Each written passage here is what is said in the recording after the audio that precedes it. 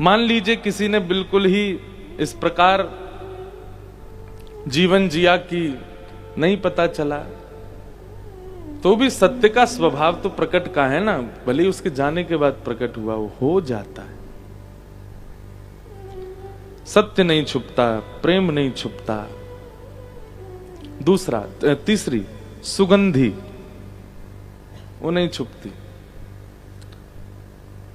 सुगंधी को आप अगर कहीं फैल गई है तो उसका स्वभाव है कि जन जन तक को पहुंचा देगी, बता देगी कि मैं फैल गई हूं। सुगंधी। और चौथा है भगवद रस। रस भी प्रकट होता है तो रोका नहीं जा सकता, या तो प्रकट होगा नहीं किसी के चित्त में, और यदि एक बार हो गया तो उसके प्रवाह को कोई बांध नहीं रोक सकता, वो चलेगा। प्रथम दिन इस कथा का सत्र का प्रारंभ हुआ। बहुत सीमित लोग थे, हमारी इंदु मल्होत्रा जी, उनके कुछ प्रियजन, मित्रजन, ना किसी को खबर, ना किसी को पता। दिल्ली में कथा ये भी नहीं पता, पर धीमे धीमे धीमे धीमे धीमे धीमे सब तक पहुंच गए। तो ये रस का स्वरूप है कि रस बंध नहीं सकता। और आज कथा का विश्राम दिवस, इतनी संख्या में आप सब लोग आई गए हो। वो तो नीचे बैठे हैं, अगर ऊपर बैठ जाएं तो कुर्सियां तो भरी जाएं सारी। तो ये रस का स्वरूप है कि बिना निमंत्रण के, बिना एड्रेस के, बिना किसी जानकारी के आप सब लोग आ गए। आज कथा का विश्राम दिवस है। हम कथा सुनाते हैं और सबको बोलते हैं कि ठाकुर जी बहुत खेलते हैं, तो आपके संग ही खेलते हैं, ऐसा नहीं, आपसे ज्यादा हमारे संग खेलते हैं। और हमारे संग तो कभी कभी ऐसा खेलते हैं कि बस यूं लगे कि लाला तुम कहो तो तुम्हें रसमलाई को भोग लगाएं, मालपुआ बना के खवा दें। भैया ये कहाँ कर रहे हो? मतलब कैसा खेल खेलते हैं। एक होता है कि बिल्कुल रुला देने वाला, लेकिन एक होता है कि रोने भी नहीं दे रहे और हंसने भी नहीं दे रहे। वैसा वाला खेल हमारे लाल जी हमारे साथ खेलते हैं, और आज वैसी घटना हुई है हमारे साथ। हम जा रहे हैं आज नायरोबी। कहाँ जा रहे हैं? रात में हमारा हवाई जहाज है और हमारे पासपोर्ट के अते पते नहीं है कहाँ है। साउथ अफ्रीकन एम्बेसी में पासपोर्ट जमा हुआ था, क्योंकि वहीं से साउथ अफ्रीका जाना है। कल उसकी डिलीवरी थी, तो ये था कि 27 को हमारा पासपोर्ट आ जाएगा, 28 को, 1 को हम निकल जाएंगे। अब कल वो श्रीमान जी पासपोर्ट निकले ही नहीं है। अब पूरी दुनिया ढूंढ रही है पासपोर्ट का। एम्बेसी वाले बोल रहे हैं हमने भेज दिया, और जहां वो जाता है वो लोग कह रहे हैं यहां आया नहीं है। अब बीच के ऑफिस, आज शनिवार है, सब बंद है। इंदू जी भी लगी हैं और भी कई लोग लगे हैं कि कहीं से भी पासपोर्ट हमारा मिले। हमने तो कल महाराज जी को फोन किया, मैंने कि महाराज जी लो, कम से कम 2000 लोग वेट कर रहे हैं केनिया में, और वो बेचारे कितने दिन से लगे हैं। जो आयोजन करवा रहे हैं, कल से बेचारों को नींद नहीं आ रही है जब से उनको पता चला है। अब बताइए हम हंसें कि रोएं? हमारे संघ के सब लोग, 2 लोग तो पहुंच गए वहां, बाकी के सब लोगों की तैयारी है जाने की। बारात पूरी तैयार, दुल्हा का आता पता ही नहीं है। तो ये घटना हो गई। अभी भी चल रहा है कि कथा के विश्राम तक देखो लाल जी एंड मूवमेंट पे कुछ करें तो हो, नहीं तो मंडे को ऑफिस खुलेंगे तो ही कुछ होगा। तब तक वहां तो दूसरे दिन की कथा है, मंडे को तो 3 ही दिन का सत्र है वहां पर। फिर दूसरी घटना ये घट गई कि कल जो हमारे बालक गए यहां से दिल्ली एयरपोर्ट पर, उनसे कहा गया भैया नायरोबी आदि ये देशों में जाने के लिए एक वैक्सीनेशन लगवाना पड़ता है। येलो फीवर आता है, कोई वहां पे ऐसा जानवर, वो जानवर नहीं मच्छर है उसके वैक्सीन लगवानी पड़ती है। अब ये भी वहां के लोग इतने उत्साह में, व्यवस्था में, उन्होंने हमें बताया ही नहीं, ना हमें पता कि ऐसा कुछ होता है। अब रात में पता चला कि भाई वो वैक्सीन लगती है। रात में ढूंढे कहाँ लगेगी, शनिवार है, सब बंद सरकारी, उनमें ही लगेगा।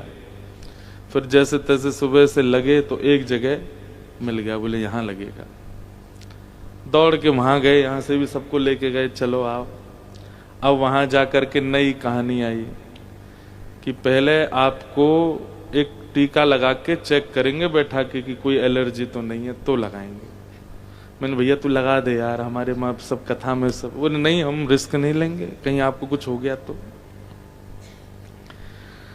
फिर वो लगा के फिर बोले आपने कुछ खाया सुबह से? मैंने कहा कुछ नहीं खाया। बोले ओहो, इनको खवाओ, केला खवाओ, सेब खवाओ। अब मेरा मन कहाँ लगे, मुझे लगे सब 10 बजे से बैठे होंगे, कैसे वहां करें हैं 9 बजे से। अच्छा सॉरी भैया, 9 बजे से बैठे, चलो हमें दंड दे देना आप, और क्या। फिर वहां खाए सब, उसके बाद और भी कई सब हुई। फिर यहाँ पे वैक्सीन लगा दी। वैक्सीन लगाने के बाद फिर पीला पीला कागज दिया। बोले देखिए वहां जाने में आपको दिक्कत नहीं थी, मैंने तो पहले बताते यार, हम चले ही जाते। बोले नहीं, वापस भारत नहीं आ पाओगे अगर ये नहीं होगा तो। मैंने कहा ठीक है। तो सब कर आके भागते दौड़ते भैया आए हैं। अभी भी डॉक्टर बोला कथा में बुखार लगे तो कुछ दवाई ले लेना, गला बैठ सकता है। मैंने कि भाई कल से तो कथा है मेरी, गला बैठ गया तो। अब ये सब सोच करके मैं लाल जी पे हंस भी रहा हूं। मैंने कि वाह लाला, तुम्हारी लीला अद्भुत है। तो हमारे लाल जी ऐसे एंड मूवमेंट पे ऐसा डामाडोल कर देंगे पूरा माहौल। मैं कितनी बार अनुभव किया ऐसा, और विदेश यात्रा में तो विशेष रूप से। एक बार हम जा रहे थे कनाडा, तो मैंने कि लाल जी विदेशों में ज्यादा व्यवस्था तो हो नहीं पाती आपकी अच्छे से, आप एक काम करो, आप वृंदावन ही विराजो, मैं होके आता हूं। महाराज जी ठाकुर जी से निवेदन किया, मैं पैकिंग करवे गयो। कनाडा से फोन आए जिनके यहाँ जा रहा था। बोले महाराज जी हमारी माता जी की तबीयत खराब हो गई है, वो आईसीयू में भर्ती हैं, हम अभी निकल रहे हैं भारत। तो मैंने कि अब? बोले कार्यक्रम रद्द है। मैंने कहा ठीक है। फिर हमारी एक बहन रहती है, मैंने कहा टिकट तो हो ही गई, हम आ रहे हैं, वहां चले जाएंगे। उनको फोन किया, मैंने कहा मैं वहीं आ रहा हूँ। बोले ठीक है, आ जाओ। तो 1 घंटे बाद उनका फोन आया, बोले सुनो ऐसे ऐसे कुछ दिक्कत आ गई है और इन हम लोगों को कहीं और जाना पड़ रहा है आदि आदि, और अभी तो हम नहीं कर पाएंगे व्यवस्था। बहुत लोग हैं कनाडा में। फिर किसी और को किया, मैंने भाई टिकट बर्बाद जाएगी, आ ही रहे हैं। तीसरे को फोन किया, बोले हाँ महाराज जी, बहुत खुश हो गया, बोले आ जाइए हमारे यहाँ आओ। फिर उसका फोन आया, बोले महाराज जी अभी अभी मेरी पत्नी आई है, उसको फायर कर दिया है उसकी जॉब से, और वो कह रही है मैं कैसे करूं। तुरंत दिमाग घूमा। मैंने कहा ये एक पैसेंजर नहीं जा रहा है, वही सब कर रहा है। फिर हम लाल जी के पास गए। मैंने भैया चलो, सब व्यवस्था तुम्हारी बढ़िया करेंगे, चलो आप चलो संग में। तो जा करके जब जैसे निवेदन किया, मैंने कहा सुबह पहुंचेंगे, वहां पहुंच के देखते हैं कहाँ जाना है। लाल जी को व्यवस्थित बोल दिया कि चलेंगे, आप चलिए साथ में। महाराज जी सुबह तक फिर फोन आ गए सबके, उनकी माताजी ठीक हो गई, वो जो फायर हो गई थी उनको दूसरी जॉब मिल गई, तीसरा को कुछ दिक्कत हुई थी वो भी सब स्वस्थ हो गए। मैंने कहा जय हो लाल जी। ऐसे हमारे लाल जी खेलते हैं।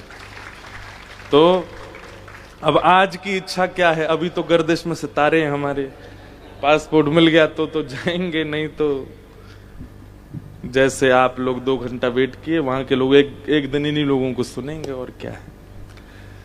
तो जैसा भी है सब लाल जी आनंद कराते हैं। आप सब लोगों को बहुत विलंब हो गया, आप सब बहुत देर से बैठे हैं, हम आप सबसे एक क्षमा प्रार्थी हैं। उसके लिए आप बिल्कुल भी निश्चिंत होकर के और हमें क्षमा कर दीजिएगा। कल ठाकुर जी का विवाह उत्सव हम लोगों ने श्रवण किया, रुक्मणी जी के साथ में हुआ। हम कुछ कुछ विषयों को प्रकाश डालते हुए कथा का क्रम विश्राम की ओर ले चलते हैं। भगवान का विवाह रुक्मिणी जी के साथ में हुआ और आज श्री राधा कृष्ण विवाह महोत्सव है। हमारी श्री जी का विवाह गर्ग संहिता आदि ग्रंथों के अनुसार ब्रजमंडल में आज संपन्न हुआ। ब्रह्मा जी ने आकर के विवाह संपन्न कराया। बंधुओं देखो, श्री जी अलग नहीं है ठाकुर जी से, वो एक ही स्वरूप है। जिस प्रकार यशोदा मैया और नंद बाबा अपने 3 जन्मों से तपस्या कर रहे थे कि भगवान हमको पुत्र रूप में मिले, ऐसे ही प्रश्नी सुतपा नाम के दंपति थे, उन्होंने भी भगवान की तपस्या की कि आप हमें पुत्र रूप में प्राप्त हो। तो प्रश्नी और सुतपा को भगवान ने कहा कि ठीक है, हम आपके यहां द्वापर में पुत्र बनकर के आएंगे। बहुत ध्यान से सुनिएगा, प्रश्नी और सुतपा ही द्वापर में देवकी और वसुदेव बने। ठाकुर जी ने उनको आश्वासन दिया था, मैं तुम्हारे यहां पुत्र बन के आऊंगा।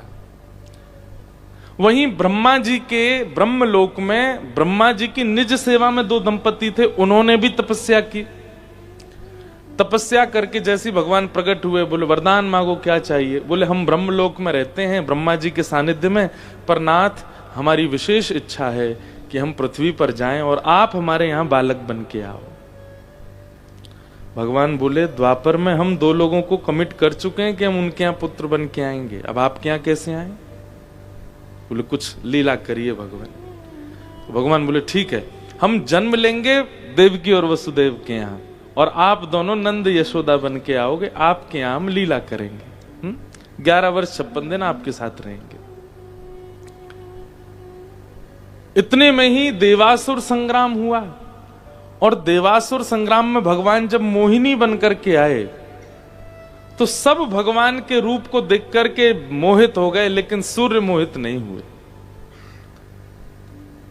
सूर्य ने ठाकुर जी के प्रति, ठाकुर जी के सौंदर्य के प्रति, मोहिनी के रूप के प्रति ये इच्छा रखी। बाकी सबों को मन में तो आया ऐसी पत्नी हमको मिल जाए, पर सूर्य के मन में आया ऐसी पुत्री मुझे प्राप्त हो। भगवान ने टेढ़ी नजर से सूर्य को देखा, बोले आप जो विचार कर रहे हैं हमें समझ आ रहा है। बोले भगवान अब जब समझ आ भी गया है तो फिर पूर्ण भी कर दीजिए। ठाकुर जी बोले अब कैसे संभव होगा, अब द्वापर में तो हम 2 माता पिता जी तो बना चुके, अब आपको कैसे सुख प्रदान करें? सूर्य बोले अब नाथ अब मुझसे रहा नहीं जाएगा, अब तो बस आप ऐसी पुत्री बन के आइए मेरे यहां। तब भगवान ने कहा ठीक है, हम एक लीला करते हैं, आप द्वापर में वृषभानु बन करके आएंगे और हम आपके यहां कैसे रूप धारण करेंगे उसकी हम योजना बनाते हैं, आप जाओ।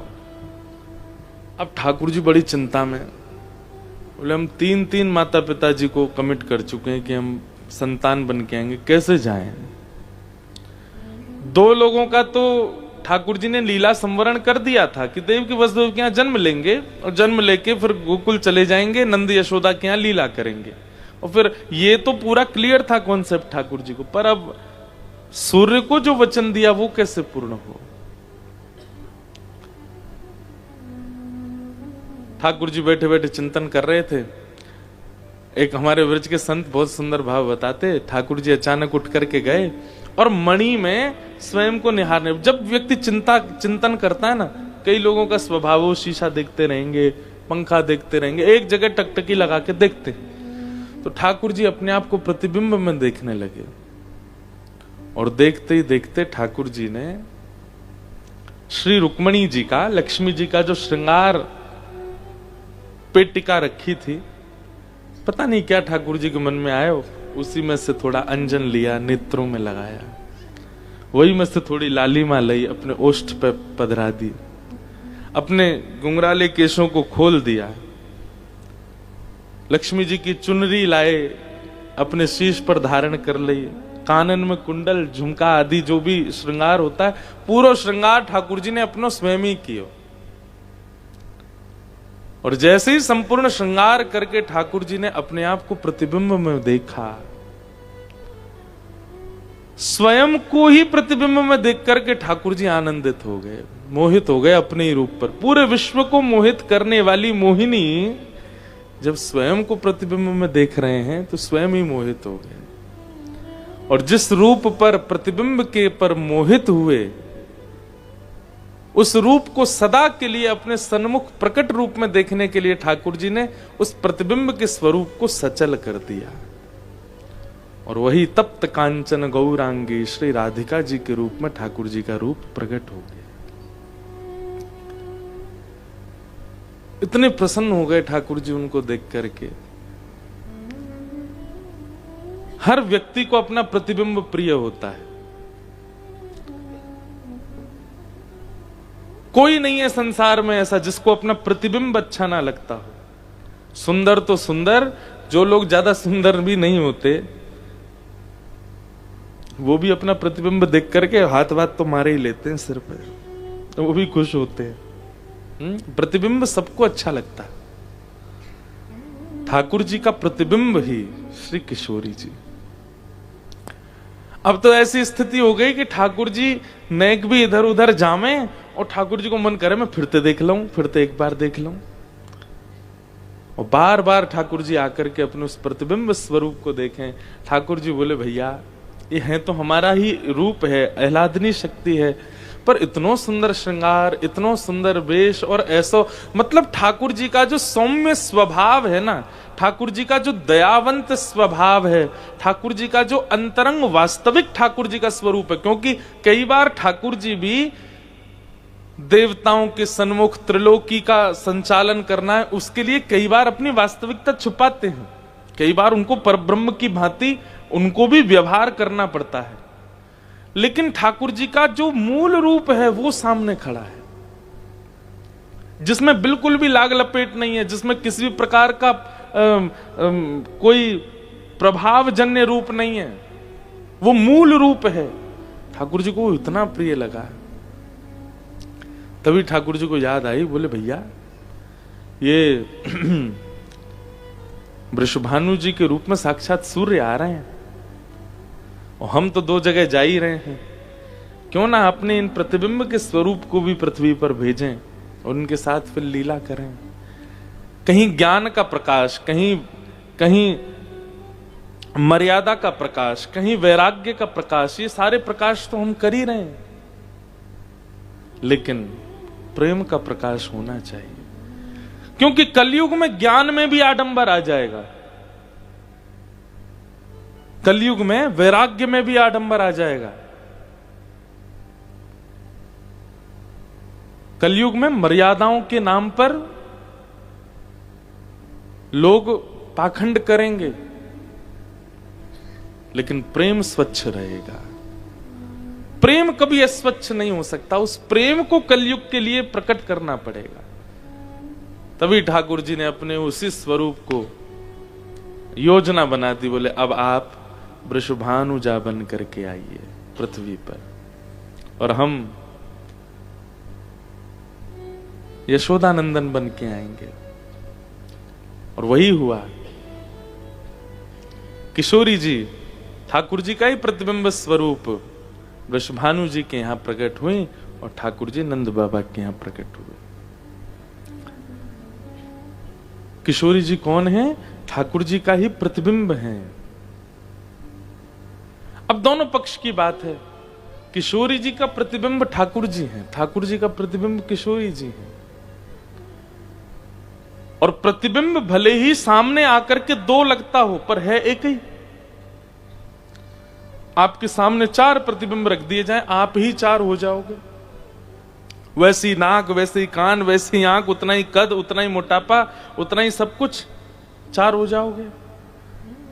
ठीक वैसे ही ठाकुर जी का प्रतिबिंब स्वरूप श्री किशोरी जी प्रकट हुई।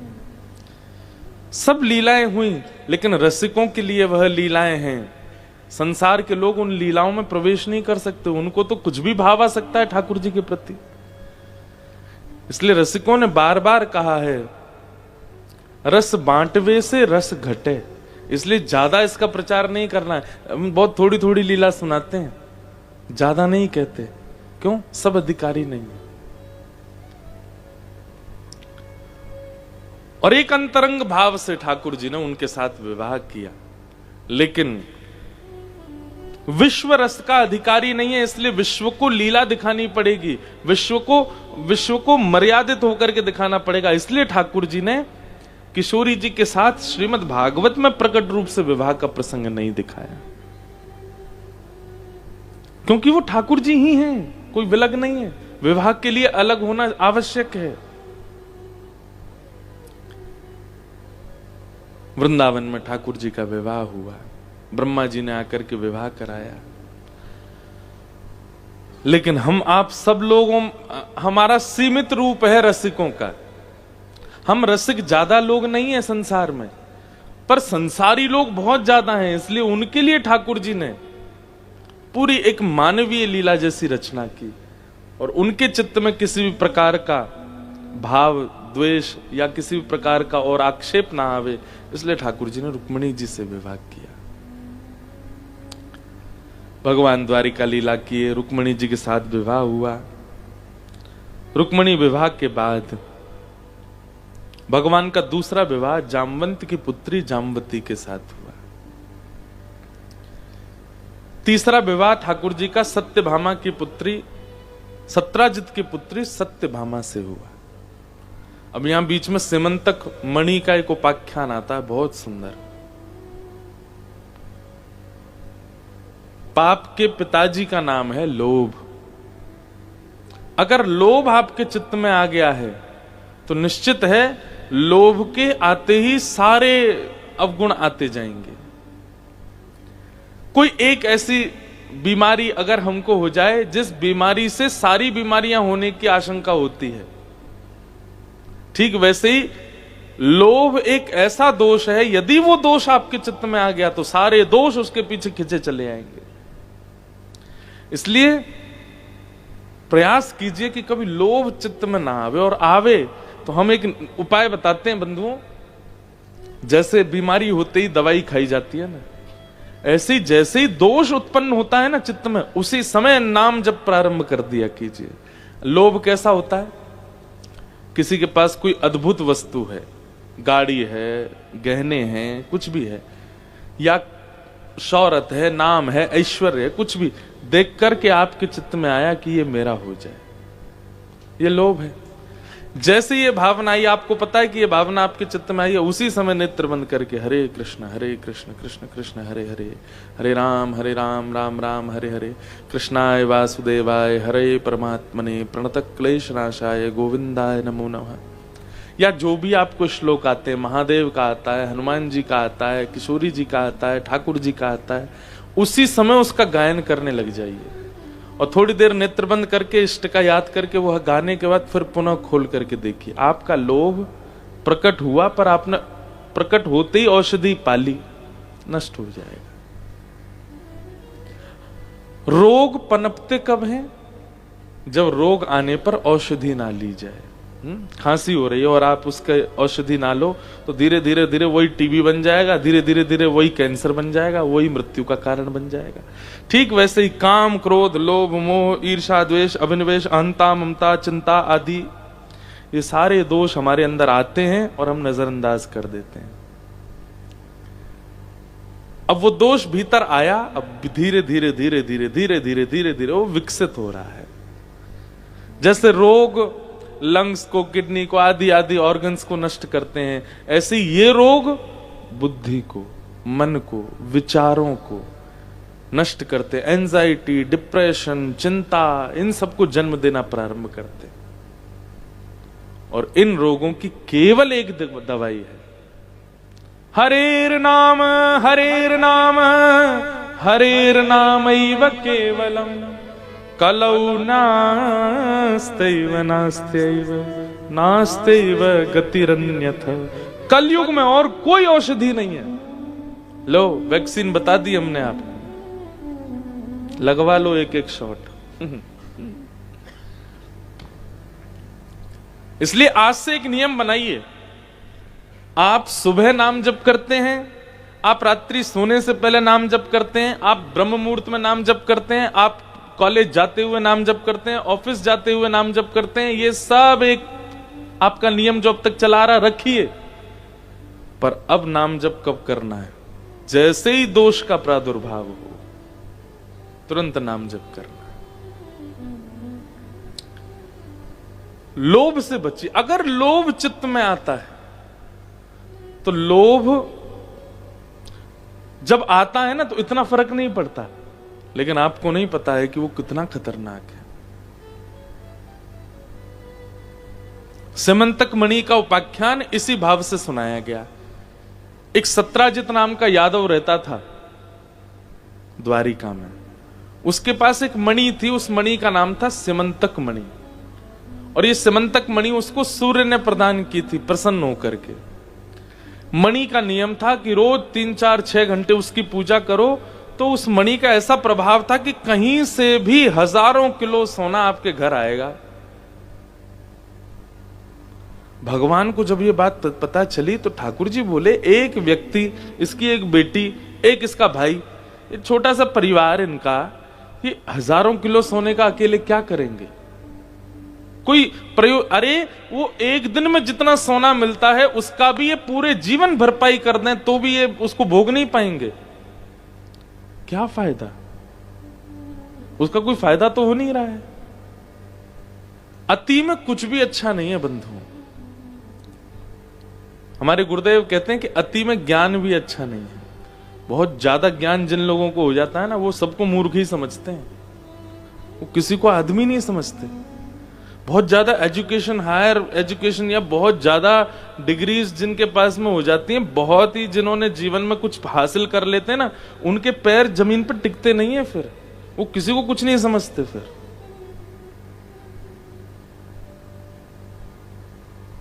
इसलिए थोड़े अपूर्ण रहा कीजिए। घड़े में अपूर्णता होती है ना, तभी उसमें और भर सकता है।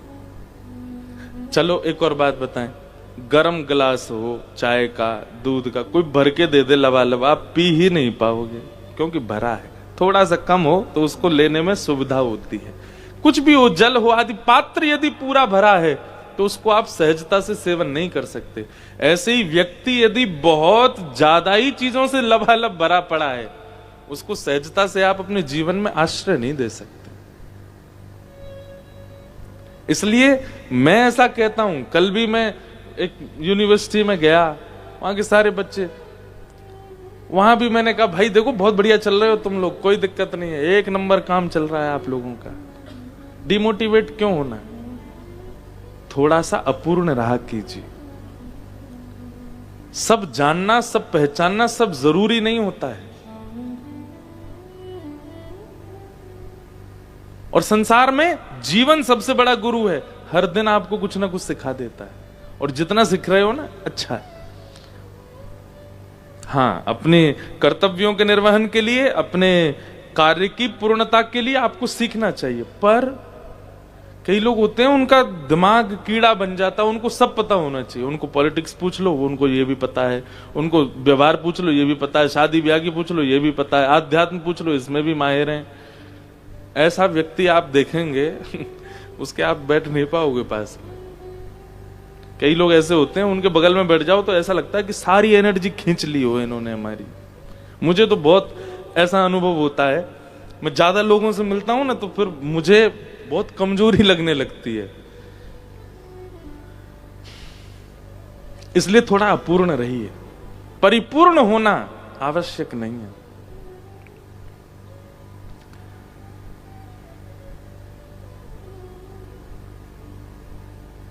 भगवान ने कहा अकेला क्या करेगा इतने धन का? तो ठाकुर जी उसके पास गए और बोले, हे सत्राजित, तुम्हारे पास जो मणि है वो इतना सोना देती है कि तुम अकेले उसको भोग नहीं पाओगे।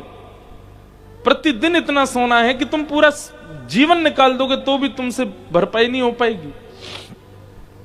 इसलिए एक काम करो, उस स्वर्ण की मणि, वो जो सिमंतक मणि है, उसको द्वारिका के कार्यालय में जमा करवा दो। वहां उससे जितना धन निकलेगा, जितना सोना निकलेगा, उससे द्वारिका का विकास करेंगे हम। आपको पता है द्वारिका कितनी बड़ी थी? भागवत जी में एक संकेत किया है जो समुद्र में डूब चुकी है। अब लोग बाग इसको मानेंगे नहीं, लेकिन ये वास्तविकता है।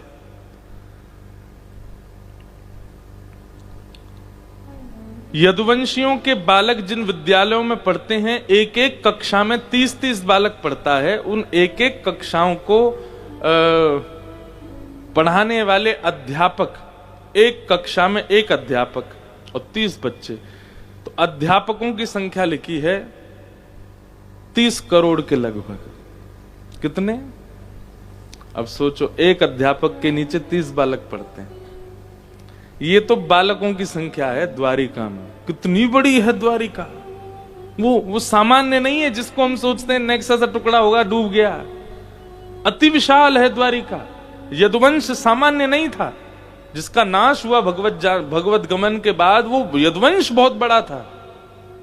इसीलिए तो ठाकुर जी ने उनका नाश करवाया, बोले इन सबको शक्ति मिल गई है। अच्छा देखो, मैं पहले ही सुना देता हूं यदुवंश के नाश का कारण क्या था। प्रभु श्री राम जब रावण से युद्ध करने के लिए गए, जब सुग्रीव ने बानरों की सेना बुलाई, रीछ बुलाए, आदि आदि सब बुलाए,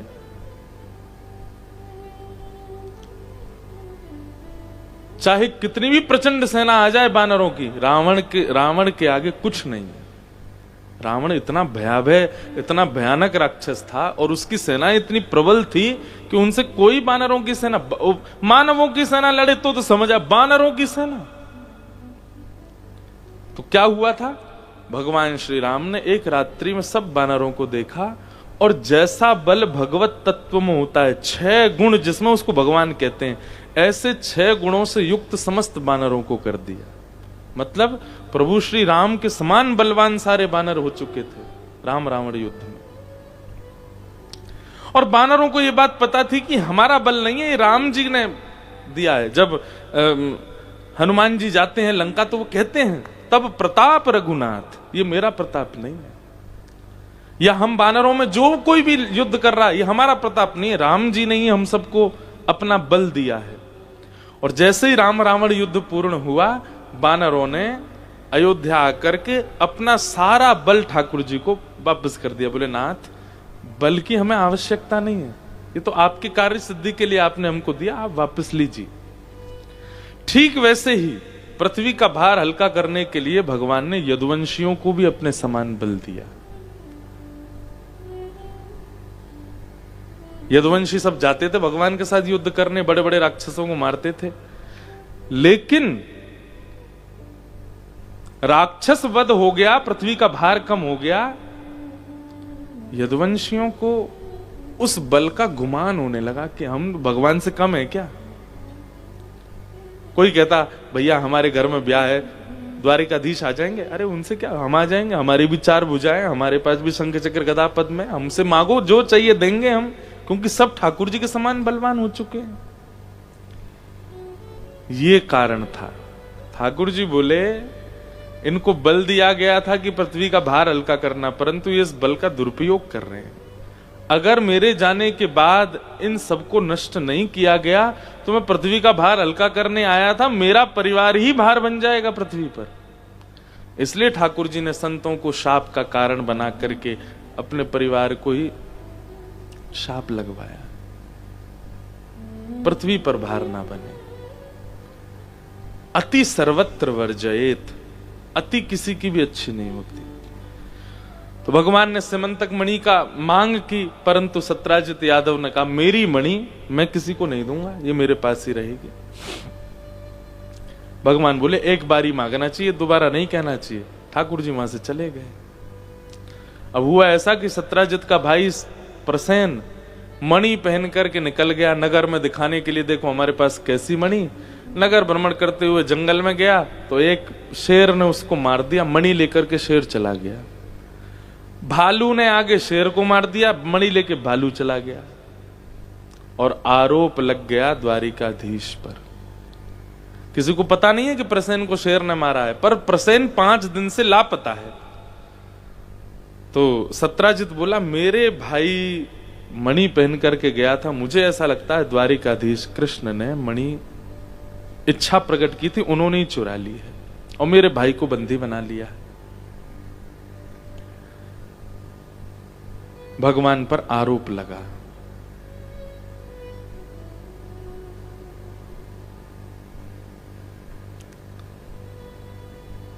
हम चाहे वही हो जरूरी नहीं, हम चाहे वही हो जरूरी नहीं, आशाएं कभी हुई पूरी नहीं, आशाएं कभी हुई पूरी नहीं। क्या सोच करे पागल मनवा, जो बीत गया सो बीत गया, क्या सोच करे पागल मनवा, जो बीत गया। बहुत सुंदर पंक्ति। बीत गया इस झूठे जग का खेल ही क्या, कोई हार गया कोई जीत गया, इस झूठे जग का खेल ही क्या, कोई हार गया कोई जीत गया। ये संसार है बंधुओं।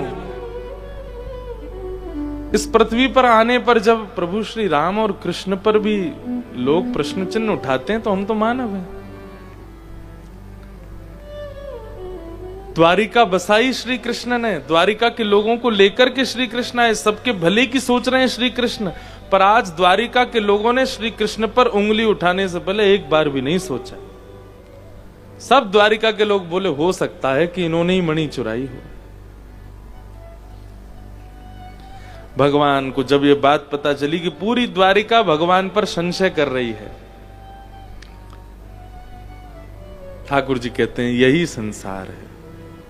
यहां आप कितना भी कर मिटिए, कितना भी कर लीजिए, आपकी इतनी सी चूक और आपके जीवन के किए हुए सारे सत्कर्मों को भूल जाते हैं लोग, वो याद नहीं रखेंगे।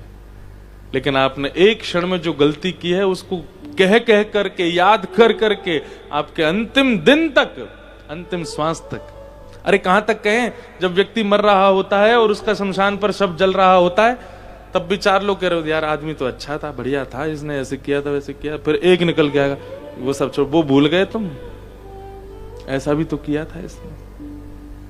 माता पिता बहुत दुखी थे इसके, पत्नी को बहुत परेशान किया, बच्चे ऐसे। वहां पर भी लोग एक बात जो आपने गलत कर दी जीवन में उसी को ही बोलेंगे। ठाकुर जी ने क्या किया द्वारिका के लोगों के लिए, ये द्वारिका के लोगों को नहीं समझ आया। लेकिन आज एक झूठी खबर फैल गई कि भाई मणि भगवान ने चुरा ली, तो सबने मोहर लगा दी, हाँ चुराई होगी निश्चित ही।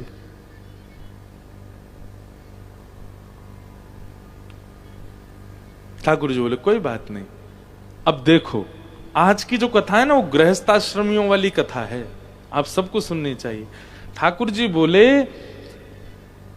सत्य व्यक्ति को एक नियम का पालन करना चाहिए, अगर उस पर असत्य आक्षेप लगाया जा रहा है तो मौन रहे, बहुत ज्यादा सफाइयां ना दे। सत्य का स्वभाव है वो प्रकट हो ही जाएगा। ठाकुर जी बोले मुझे किसी को सफाई नहीं देनी है कि मैंने मणि नहीं चुराई है या प्रसेन को मैंने बंदी नहीं बनाया है। जब हमने किया ही नहीं तो हम सफाई क्यों दें? लेकिन ये आक्षेप लगा है तो इसकी जांच होनी चाहिए। और ठाकुर जी अपनी सेना लेकर के निकल पड़े आधी रात में, ढिंडोरा नहीं पीट रहे हैं, किसी को खबर नहीं है। ठाकुर जी सेना लेके निकल पड़े ढूंढने कहां है प्रसेन, और ढूंढते ढूंढते जंगल में गए तो प्रसेन मरा हुआ मिला। भगवान ने देखा कैसे इसकी मृत्यु हुई, तो शेर के पंजों के निशान, शेर के पंजों के निशान, शेर के पैरों के निशान के पीछे पीछे गए, आगे शेर भी मरा पड़ा। वहां पर देखे रीछ के पैरों के निशान। ठाकुर जी पीछे गए तो एक गुफा में ठाकुर जी ने जैसे ही प्रवेश किया, भीतर जाके देखा एक मणि चमक रही थी। जैसे ही मणि उठाई, भालू ने आक्रमण किया। 18 दिन तक ठाकुर जी ने उसके साथ युद्ध किया। 18 दिन बाद जब वो पस्त हो गया, चरणों में गिर गया, बोले नाथ मैं भालू, सामान्य भालू नहीं हूं, सामान्य रीछ नहीं हूं, मैं जामवंत हूं। भगवान ने हृदय से लगाया, बोले वाह जामवंत जी, ये मणि हमको दे दीजिए, इसके कारण पूरी द्वारिका में हम पर आक्षेप लगा। और सुनिए, आप हमारे साथ चलिए, सबूत भी तो चाहिए सबको बताने के लिए, सत्य क्या है। जामवंत जी बोले नाथ, अब द्वार पे आ ही गए हो तो एक कृपा कर जाओ। बोले क्या? दोनों हाथ आगे करो। भगवान ने दोनों हाथ आगे किए तो जामवंत जी भीतर से अपनी बेटी को लेके आए और अपनी पुत्री का हाथ ठाकुर जी के हाथ में रखा। भगवान बोले एक कलंक हटेगा दूसरा लगेगा। बोले इंसान खत्म हो गए संसार में, ठाकुर जी भालू की बेटी से ब्याह करके आए हैं। और कई संत तो कहते हैं कि जामवती जो थी वो रीछों जैसी ही थी, तो ठाकुर जी को देख के घुरा और रही थी। ठाकुर जी बोले कहां रुक्मणी और कहां ये जामवती, थोड़ी हम पे दया कर लो जामवंत जी, ऐसा मत करो। बोले देखिए, ये मर्यादा वर्यादाएं, इंसानों से ब्याह करना आदि, ये सब आपका राम युग में था, अब आप लीला पुरुषोत्तम हो, कृपा करके मेरी पुत्री को स्वीकार कीजिए। और भगवान ने जामवंत जी की पुत्री जामवती को स्वीकार किया। दूसरा विवाह ठाकुर जी का जामवती के साथ हुआ। द्वारिका आकर के ठाकुर जी ने मणि दिखाई और सब प्रस्तावित हो गया कि भाई मणि ठाकुर जी पर नहीं थी। द्वारिका के लोग रोने लगे, भगवान हमको क्षमा कर दो, हमने बहुत बड़ा अपराध कर दिया, आप पर आक्षेप लगाया। भगवान बोले कोई बात नहीं। अब आक्षेप उल्टा हो गया, जिसने खबर फैलाई थी कि भगवान ने मणि चुराई, अब लोग उसको ही गाली देने लगे। संसार भी वास्तव में बड़ा विचित्र है, नारेबाजी वाले लोग हैं हम, जहां की तरफ पल्ला भारी वहीं का नारा भारी।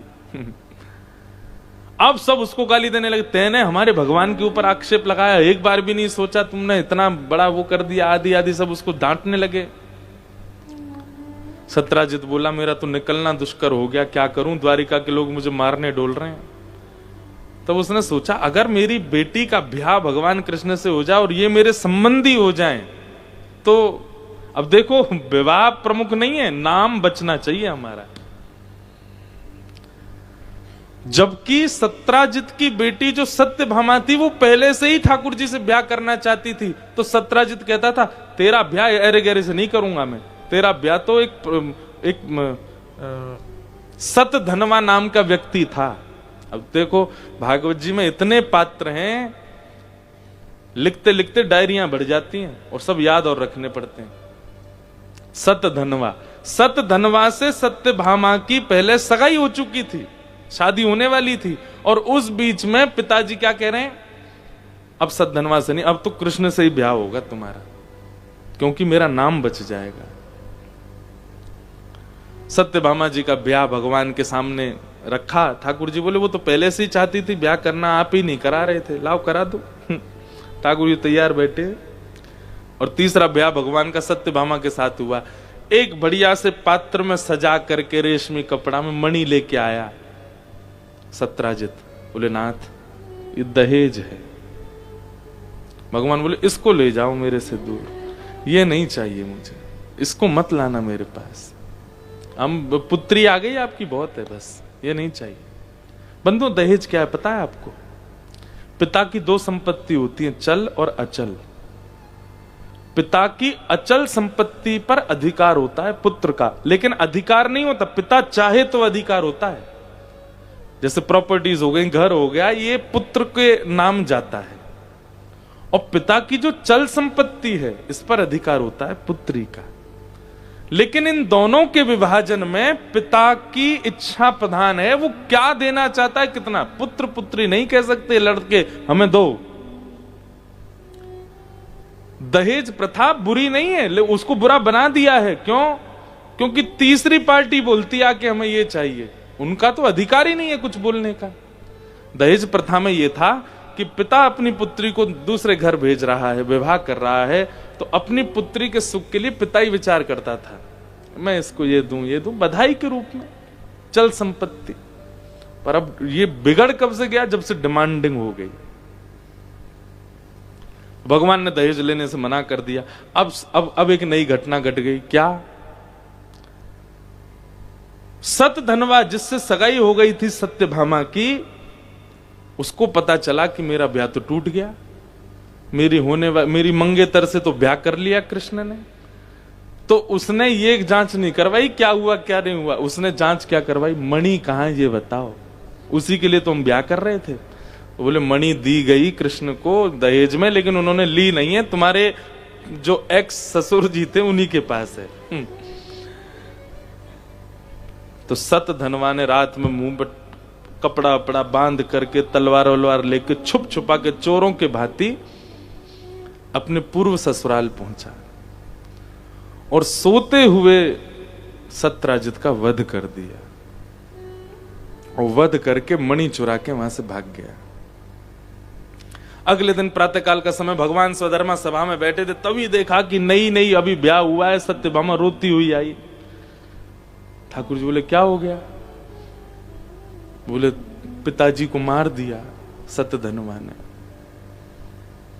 तो ऐसा वर्णन करते हैं ठाकुर जी, इतना रोए इतना रोए इतना रोए। मेरे ससुर जी मुझसे बहुत प्यार करते थे, चले गए बेचारे। इतना रोए कि सत्यभामा के मन में आया, मुझे पता है आप बहुत प्रेम करते हो मेरे पिता। हाँ देवी, मैं क्या बताऊं, मुझे वसुदेव जी से भी ज्यादा प्रिय थे वो। ठाकुर जी तो चाह रहे थे कि इसकी नजर में हम बढ़िया बने रहें। अच्छा, भगवान अपनी पत्नियों में केवल एक से डरते हैं, सत्यभामा से। बहुत प्रसंग ऐसे आए हैं उससे बहुत डरते हैं ठाकुर जी। तो भगवान तो इसलिए रो रहे थे कि बिचारी को लगे कि मैं बहुत प्रेम करता हूं। लेकिन सत्यभामा बड़ी चतुर, बोली आप रोइए मत, मेरे और आपके आंख के आंसू तभी पूछेंगे, मेरे पिता की मृत्यु का बदला आप ही लोगे, जाओ जाओ। और जिसने मेरे पिता को मारा उसको मार के आइए और मणि लेके आइए। अब उस मणि पर अधिकार मेरा और आपका। मैं प्रथम पुत्री, आप प्रथम पुत्र हैं मेरे पिता के।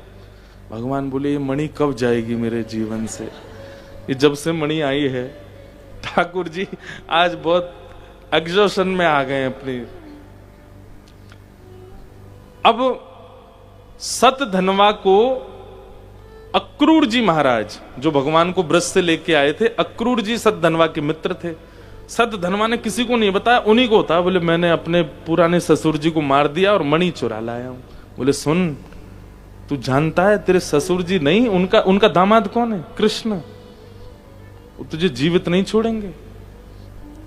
बोले क्या करूं? बोले काम कर, तू मणि मुझे दे दे और तू भाग जा। अगर तू पकड़ा भी गया, मणि तेरे पास नहीं मिली, तो कम से कम जीवित तो रहेगा। वो मणि दे दी अक्रूर जी को, वो भागा। भगवान ने उसका पता कराया, पता करके उसको ढूंढा, ढूंढ करके जैसे ही उसका जांच करी नहीं मिली तो ठाकुर जी को तो क्रोध था, मार दिया उसको। लेकिन मणि नहीं मिली। सब जगह उसका घर आदि सब छान लिया, कहीं मणि नहीं मिली। ठाकुर जी खाली हाथ लौट करके आ गए द्वारिका। द्वारिका जैसी आए तो द्वार पे ही खड़ी थी सत्यभामा। आपने मारा मेरे पिता के हत्यारे को? भगवान बोले हाँ हमने मार दिया, प्रजा ने सबूत दे दिया, हाँ मार के आए हैं। अच्छा लाइए मणि दे दीजिए, मैं रख दूं उसको तिजोरी में। ठाकुर जी बोले वही बात थी देवी, बताना चाह रहा था, मणि नहीं मिली उसके पास। तो कहां गई मणि? बोले पता नहीं, मैंने तो बहुत सब उसके जो भी ठिकाने थे सब जगह देख लिया, मणि नहीं थी उसके पास। सत्यभामा के नेत्र बंद हो गए और नेत्र बंद करके सत्यभामा भी मन में सोचने लगी, मणि पर नजर तो इनकी पहले से थी, हो सकता है इन्होंने कहीं छुपा ली हो ताकि मैं ना अपना अधिकार मांगूं।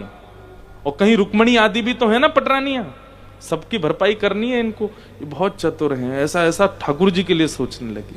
ठाकुर जी तो अंतर्यामी हैं। भगवान बोले भैया संसार के लोग सावधान हो जाओ, सगी पत्नी भी आप पर संशय कर सकती है, ये संसार का नियम है। और 1 वर्ष तक सत्यभामा ने भगवान से बात नहीं की। ठाकुर जी जाते थे सत्यभामा के पास तो बस बैठती उठती, कुछ चर्चा नहीं करती। उसके मन में था कि इन्होंने मणि रख ली है। लेकिन ठाकुर जी भी बड़े चिंतित थे, अब क्या करें, नहीं समझ रहा, अब कहां तक हम सबूत देते रहे कि हमने नहीं किया कुछ भी।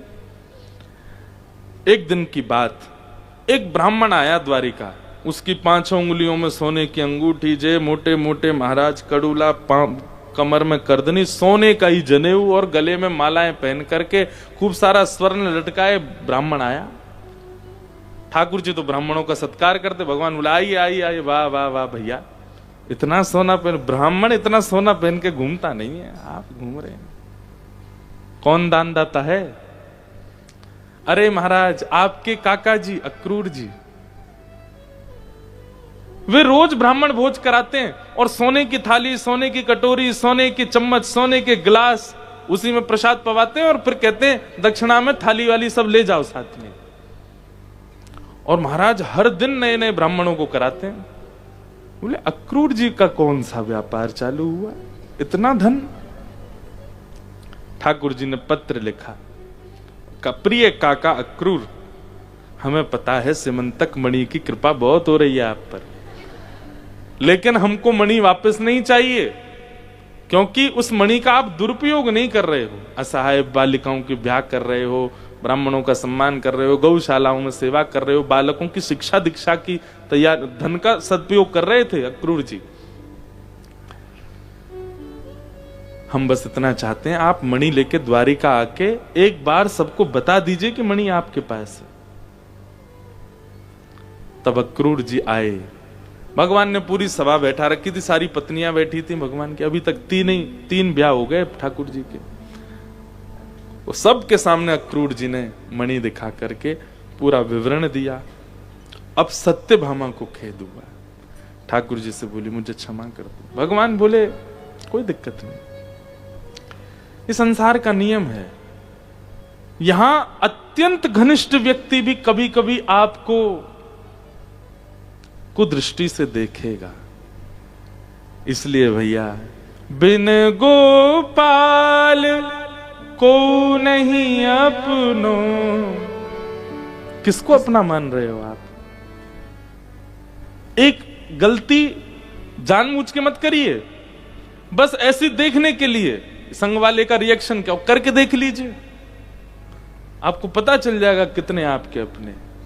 पर आप चाहे करोड़पति बन जाओ, चाहे रोड पर आ जाओ, आपके सेवा के ठाकुर जी आपसे कभी दूर नहीं होंगे, वो हमेशा आपके संग रहेंगे। आपके हृदय के ठाकुर जी वो आपसे कभी दूर नहीं होंगे। आप चाहे कितने भी प्रसिद्ध हो जाओ, चाहे कितने भी आप विचित्र हो जाओ, आपके ठाकुर जी अगर एक बार आपको पकड़ेंगे वो कभी नहीं छोड़ सकते, वही हमारे।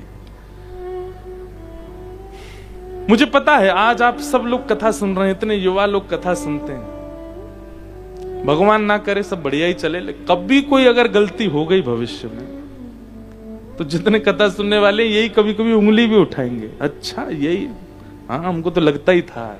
कथा में 10 बजे 11 बजे का टाइम देके 1:30 बजे आते थे इनके, तभी से हमको आश्रय पता चल गए थे। लोग बाग संसार है, इसलिए किसी से आशा मत रखिए। कोई बहुत बड़ा व्यक्ति आपसे सहर्ष मिल गया हो तो भी ये समझना ये भी ठाकुर जी की लीला है, और किसी दिन वो आपको ब्लॉक करके चला जाए तो भी समझना ठाकुर जी की लीला है, सब ठाकुर जी की लीला है। पर देखो ठाकुर जी के पास ना ब्लॉकिंग सिस्टम है ही नहीं, ठाकुर जी ब्लॉक नहीं करना जानते, वो सोशल मीडिया पे ही नहीं है, वो आपको कहां ब्लॉक करेंगे, ना उनका व्हाट्सएप नंबर है, ना उनके पास फोन नंबर है, सीधा डायरेक्ट कनेक्शन है, जाओ वृंदावन जाके मिल लो, आज नहीं मिले कल मिल लो, कल नहीं मिले परसों मिल लो। संसार के लोग तो ऐसे ब्लॉक करने के बाद 6-6 साल मिल नहीं सकते, आपको पता ही नहीं, नंबर चेंज कर लिया, जियो की सिम लिया है, दूसरे फोन में रखते हैं। ठाकुर जी का ऐसा कोई सिस्टम ही नहीं है, जब चाहो मिल लेंगे आपसे, क्योंकि वो किसी को भी ब्लॉक नहीं करते।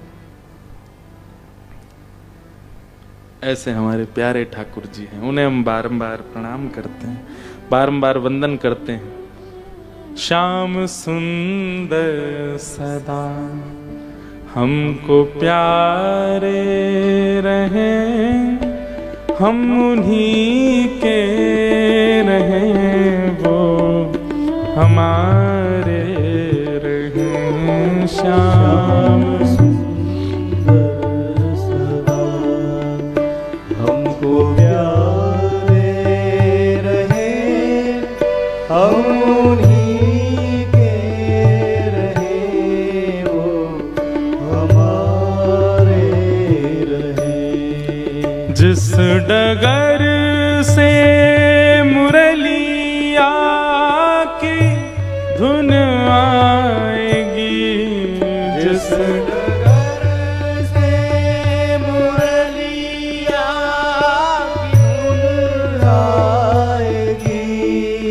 उस डगर पे उमरिया ये कट जाएगी, उस डगर पे उमरिया ये कट जाएगी। हे उस डगर पे उमरिया ये कट जाएगी, उस डगर पे उमरिया ये कट जाएगी।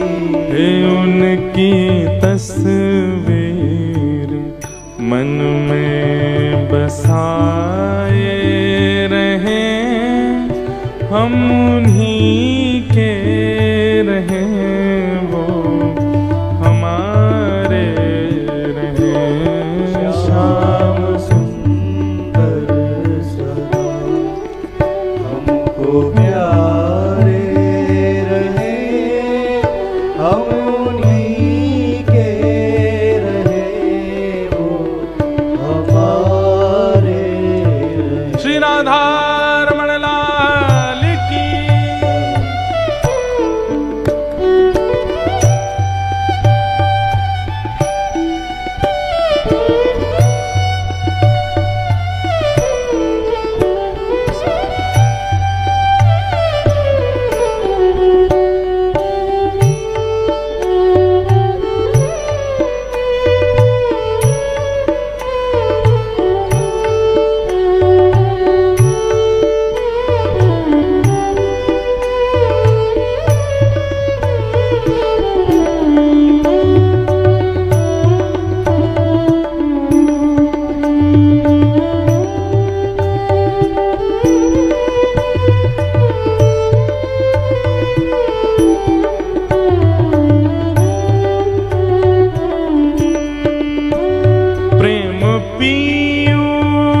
की धार बहती रहे, प्रेम पीयूष की धार बहती रहे।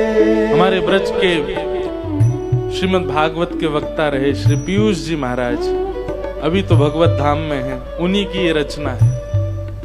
प्रेम पीयूष की धार बहती रहे, प्रेम पीयूष की धार बहती रहे।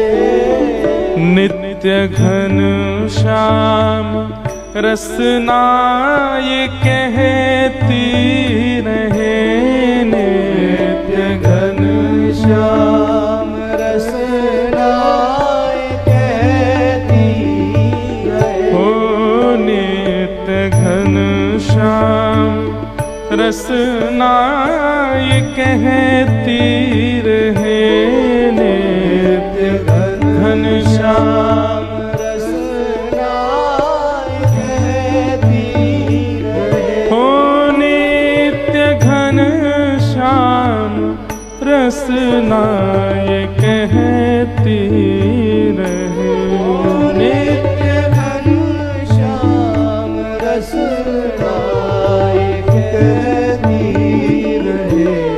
अपने तन मन को मोहन पे वारे रहे, हम उन्हीं के रहें, वो हमारे रहें। श्याम सुंदर सदा हमको प्यारे रहे, हम उन्हीं के रहे, वो हमारे रहे। हो हम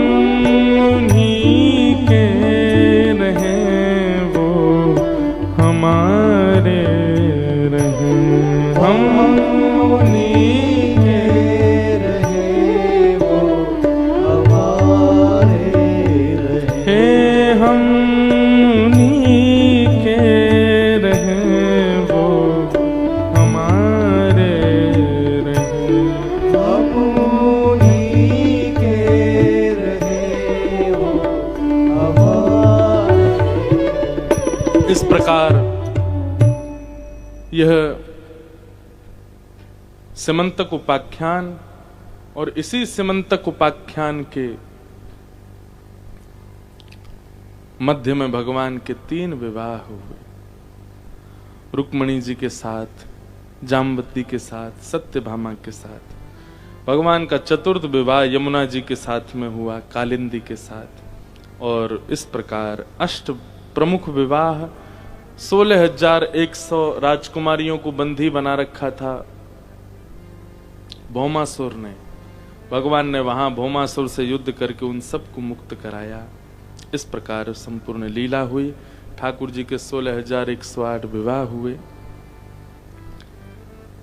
आगे राजा नृण की कथा, जहां दान की विशेषता बताई गई। नारद जी भगवान की गृहचर्या देखने आए, ठाकुर जी कैसे रहते हैं गृहस्थाश्रम में। देख करके दिमाग घूम गया उनका। क्यों? 16,108 पत्नियों के साथ ठाकुर जी 16,108 रूप धारण करके रहते हैं। एक ही कृष्ण नहीं रहते सब जगह, उतने ही रूप धारण करके ठाकुर जी लीला करते हैं। कर्तुम अकर्तुम अन्यथा कर्तुम समर्थ ईश्वर, वो ईश्वर है, सब करने की सामर्थ्य रखते हैं। भगवान की फिर दिनचर्या बताई गई। ठाकुर जी की दिनचर्या कैसी है? सुबह उठते ही ठाकुर जी ब्रजवासियों को याद करते हैं। ब्रह्म मुहूर्त में ठाकुर जी उठ जाते हैं और उसके बाद स्नान आदि करके ठाकुर जी पांचजन्य शंख का नाद करते हैं और शंख के नाद से सब द्वारिका के लोग जग उठते हैं। फिर ठाकुर जी गौ सेवा के लिए गौशाला जाते हैं, गायों की अपने हाथों से सेवा करते हैं और वहां से लौटने के बाद फिर ठाकुर जी बाल भोग पाते हैं, स्वधर्मा सभा में बैठते हैं, जितने राजा आते हैं सबके कष्ट संकट आदि सबको श्रवण करते हैं। और इस प्रकार भगवान की पूरी लीला चलती है। इसको पूरा बताया। आगे जरासंध का वध और राजसूय यज्ञ में पांडवों के यहां भगवान पहुंचे। सब लोग सेवा ले रहे थे, कोई भोजन घर की सेवा ले रहा था, कोई संतों को बैठाने की, स्नान की, सबकी सेवा सब बांट रहे थे। ठाकुर जी से कहा, बोले आप तो बैठे ही रहो, आपको क्या सेवा दें? तो भगवान बोले नहीं, हमको भी सेवा चाहिए। क्या सेवा लेंगे आप? बोले जितने लोग यज्ञ में आएंगे सबकी पादुका व्यवस्थित करने की सेवा हमारी। ये सुन करके सबके नेत्र सजल हो गए। ठाकुर जी कैसे हैं? दीन बनने में जिसको संकोच होता हो वो भगवत मिलन से अभी दूर है, पर जिसको दीन बनने में किंचित संकोच नहीं होता, जिसका ईगो हर्ट नहीं होता कभी भी, कई लोगों को हो जाता है ना, उसको आप बोल दो ए भाई तुम यहां से उठ के वहां बैठ जाओ पीछे, उठ के चला ही जाएगा, मैं नहीं सुनना। ऐसे होते हैं लोग आजकल के तो। लेकिन ठाकुर जी का स्वरूप कैसा, स्वभाव कैसा है?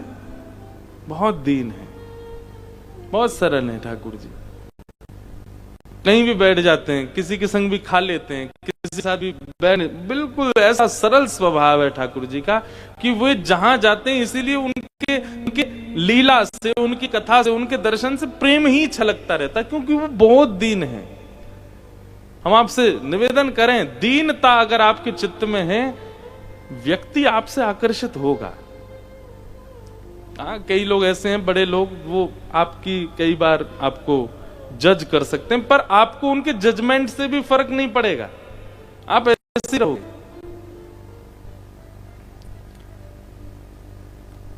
दीन ठाकुर जी बोले हम सबकी चरण पादुका संभालेंगे, ये सेवा तो। और जितने लोग यज्ञ में आए, जैसे अपनी पादुका उतारते, तभी देखते श्याम वर्ण के हस्त कमल, वो पादुका ले रहे हैं, नजर उठा के देखते ठाकुर जी। पूरे यज्ञ से ज्यादा भीड़ तो बाहर चप्पल स्टैंड पे ही लगी थी, सब ठाकुर जी को ही देख रहे।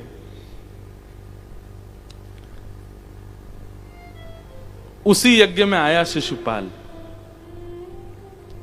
भगवान का शत्रु। भगवान नहीं मानते तो वो मानता था, बुआ का बेटा। शिशुपाल ने जैसे ही ठाकुर जी को देखा, पहले तो हंसी करने लगा, हाँ इसी लायक हो, पादुका आदि उतारने लगा। लेकिन लोगों के अंदर ऐसा प्रेम ठाकुर जी का देख करके उसको थोड़ी जलन तो हो रही थी। भीतर गया तो उसने रुक्मणी जी को देखा और रुक्मणी जी को देख के बोला, कहां ये मेरी पत्नी होने वाली थी, और ब्याह कर लिया उससे। फिर उसके बगल में देखा प्रद्युम्न को, ये कौन है? बोले भगवान का पुत्र। बोले मेरा होता, मुझसे ब्याह हुआ होता। तो उसके बगल में बैठा अनिरुद्ध, भगवान का पौत्र। अच्छा पता है, भगवान के पौत्र की आयु 25 साल, भगवान के पुत्र की आयु 50 साल, और स्वयं दादाजी की आयु 16 साल। दादाजी 16 साल के, बेटा 50 साल का, नाती 25 साल का। ठाकुर जी 16 साल के ही रहते हैं, उससे ऊपर उनकी आयु नहीं जाती। आयु के अनुसार देखो तो ठाकुर जी 100 वर्ष से ऊपर के हैं, लेकिन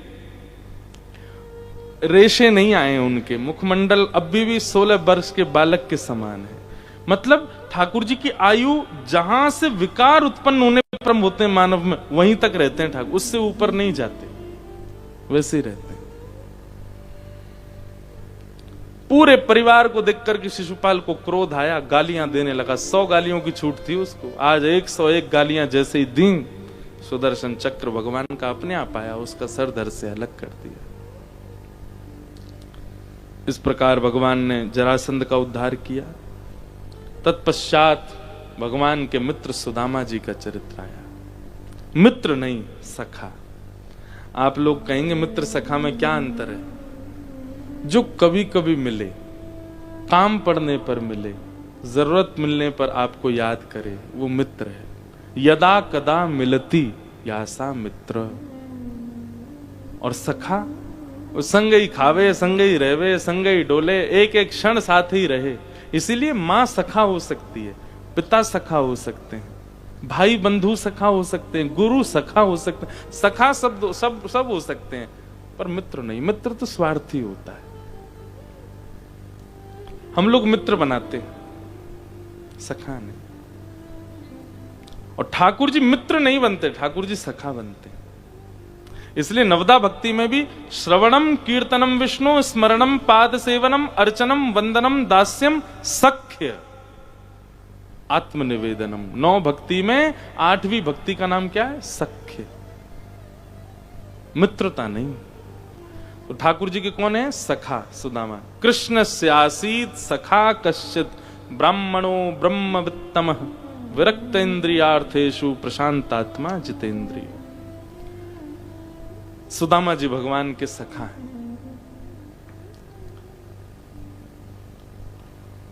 तीन लक्षण हैं सुदामा जी में। कोई अगर ठाकुर जी का सखा बनना चाहता है तो इन 3 बातों का ध्यान रखिए। कौन कौन सी 3 बात? सबसे पहला, विरक्त इंद्रिय। अपनी इंद्रियों को आप केवल भगवत संबंधी वस्तु प्रदान कीजिए, यह विरक्त इंद्रिय का लक्षण है। मतलब हम बोल चुके हैं कथा में, जीव को रस चाहिए तो हम रस की खोज में दुकानें ढूंढते हैं, कहां खाने जाएं। पर जीव को रस चाहिए तो किसी मंदिर में चले जाओ या किसी ऐसे स्थान पर जहां ठाकुर जी का भोग बनाओ, प्रसाद ही पवाओ। यश की याचना, रस की याचना जीव करे, आप उसको केवल भगवत रस दो। स्वर की याचना कान करे, भगवत कथा या भगवत संकीर्तन सुनाओ। एक चीज आपने अनुभव की, मैंने तो की है, और मैं आजकल के युवाओं को भी देखता हूं, आप गाने सुनो, आप दुनिया भर के ढोल नगाड़े सुनो, आपके पैर थिरकेंगे, आपका शरीर थिरकेगा, लेकिन आप कीर्तन सुनो, शरीर स्तब्ध रहेगा, मन थिरकेगा, मन नृत्य करता है, हृदय झूम उठता है। हृदय का झूमना अच्छा है, हृदय का आनंदित होना अच्छा है, तन से ज्यादा। तो अपनी इंद्रियों को केवल भगवत संबंधी वस्तुएं प्रदान करना, यह विरक्त इंद्रिय का लक्षण है। पहला लक्षण, ठाकुर जी का सखा बनना है तो विरक्त इंद्रिय बनो। दूसरी बात, ठाकुर जी का सखा यदि बनना है तो प्रशांतात्मा, जितना हो सके कम बोलो, शांत रहो। एक बंधु एक बात कहें, थोड़ा एक नियम तो बनाइए मौन रहने का। हम आपको सही बता रहे हैं, 28 वर्ष की आयु में बहुत कुछ हमको केवल मौन रहने से मिल जाता है। मौन रहा कीजिए। शब्दों का, लीलाओं का, कई चीजों का चिंतन केवल मौन से प्राप्त होता है। हम कथा से जाते हैं, आप सब लोग खूब चिल्लाते हो, बोलते हो, जो भी ठाकुर जी का नाम बोलो, जय जय, नहीं रुक जा, लेकिन उस समय मौन रहता है। आज तो हमारे मौन सब खत्म हो गए, आज नहीं था। विश्राम दिन वैसे होता भी नहीं, लेकिन मौन का बहुत बड़ा प्रभाव है। जैसे आप फास्टिंग करते हैं शरीर की, तो आपका शरीर डिटॉक्स होता है। ऐसे जब आप फास्टिंग करते हैं बोलने की, तो आपकी जिह्वा डिटॉक्स होती है। आपकी जीभ उस स्वर को प्रकट करेगी जो स्वर सबके योग्य हो। इसलिए मौनमास्ताम, थोड़ा मौन रहना प्रारंभ कीजिए यदि आप साधक हो तो।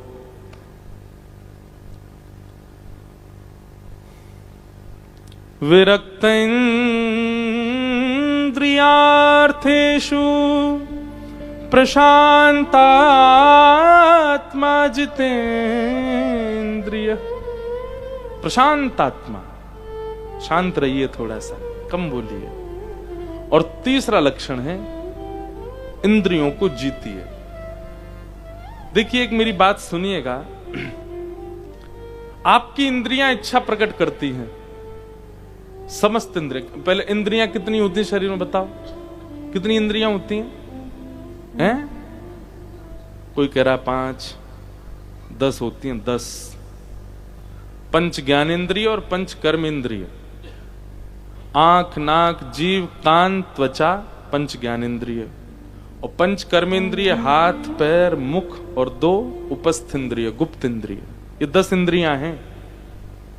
और ये 10 हमको भगाती रहती हैं, कुछ ना कुछ इनकी इच्छाएं प्रकट होती रहती हैं। मन, कई लोग कहते हैं मन बहुत भटकता है, मन बहुत भटकता है, क्योंकि आपने मन को आदी बना दिया भटकने का।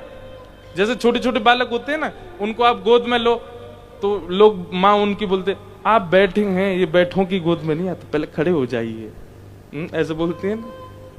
रो रहा है, क्या कर, इसको घूमने की आदत हो गई है, इसको बाहर घुमाओ तो ठीक रहता है।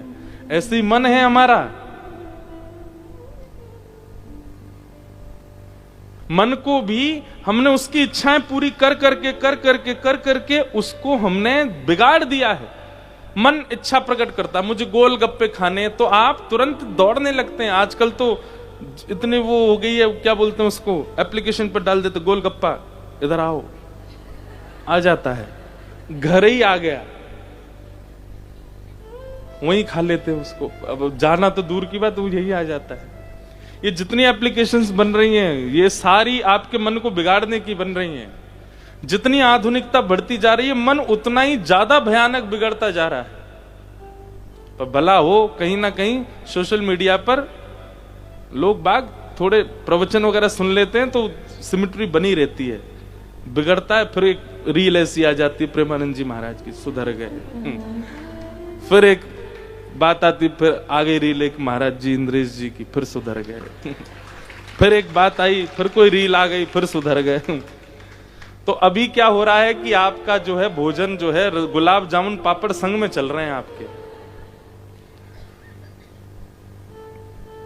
मन को आप जब बहुत ज्यादा उसकी इच्छाएं पूरी कर देते हैं ना, तो मन के पास एक इंडिकेशन पहुंच जाता है, भाई ये तो मेरा गुलाम है, इससे अभी इच्छा पूरी करवाता हूं, पता क्या खाना है। फिर मन सोचता है ये खाना है, तुरंत भागता है वो। एक व्यक्ति, अरे आप भी जानते होंगे ऐसे लोगों को, हम तो घूमते रहते हैं दुनिया में कहीं ना कहीं। एक हमारे परिवार के एक सदस्य का मैसेज आया, कहाँ हो? मैंने कहा मुंबई एयरपोर्ट। पहुंच गए क्या? मैंने कहा बताओ। बोले बड़ा पाव ले आओ हमारे लिए, मुंबई से आ रहे हो, मैं दिल्ली एयरपोर्ट पे ही मिलूंगा, यहाँ उतरते ही मुझे दे देना। मैंने कहा भाई कितना, मतलब जीव कितनी हमारी जो है विचलित हो चुकी है। और ये तो जीव की बात है इसलिए मंच से कर रहे हैं, परंतु इंद्रियां तो सभी बिगड़ चुकी। इंद्रियां नहीं बिगड़ती, ना जीव बुरी है, ना हाथ बुरे हैं, ना नेत्र बुरे हैं, ना कान बुरे हैं, ना पैर बुरे। इन सबका संचालन करने वाला मन बुरा है। और वो उतना ही बुरा होता चला जाएगा जितनी इच्छा उसकी आप पूरी करते जाओगे। देखना इंद्रियों के न घोड़े भगे, उनमें हरदम जो संयम के कोड़े पड़े। अपने रथ को सुमार्ग लगाते चलो, कृष्ण गोविंद गोपाल गाते चलो। आपकी कोई इंद्रिय प्रकट हुई, इंद्रिय की इच्छा प्रकट हुई। कल मैंने कहा था कि दोष प्रकट होते हैं तो नाम जप किया कीजिए। आज एक प्रयास करना, गुलाब जामुन की इच्छा हो रही है, बहुत प्रबल इच्छा हो रही है मीठा खाने की। कोई बुराई नहीं है खाने में, लेकिन आज प्रयास करना। जैसे कोई इच्छा प्रकट हो, जीव की, आंख की, नाक की, कोई भी इच्छा प्रकट होती, नेत्र बंद करके कथा सुनने लग जाओ, या कोई कीर्तन करने लग जाओ, या किसी प्रकार से अपने मन की वो इच्छा पूरी करनी नहीं है। आपको बहुत परेशान कर देगा मन, आपको विचलित कर देगा, लेकिन मत करना पूरी।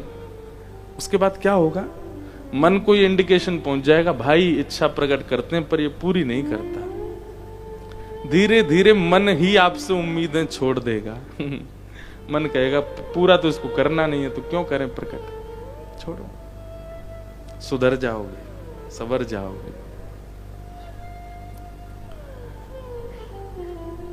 तो ठाकुर जी की प्राप्ति के लिए ये 3 सखा के अंदर गुण होने चाहिए। सबसे पहला विरक्त इंद्रिय, दूसरा प्रशांत आत्मा, तीसरा जितेंद्रिय।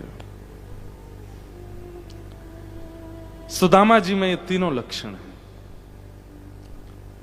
सुदामा जी महाराज का ब्याह हुआ, सुशीला नाम की पत्नी है, कुछ बालक हैं, परंतु श्री सुदामा जी महाराज अत्यंत दीन, कभी किसी को बताते नहीं हैं अपनी परिस्थितियां। अपनी पत्नी को भी नहीं बताया कि श्री कृष्ण मेरे मित्र हैं, मेरे सखा हैं। क्यों?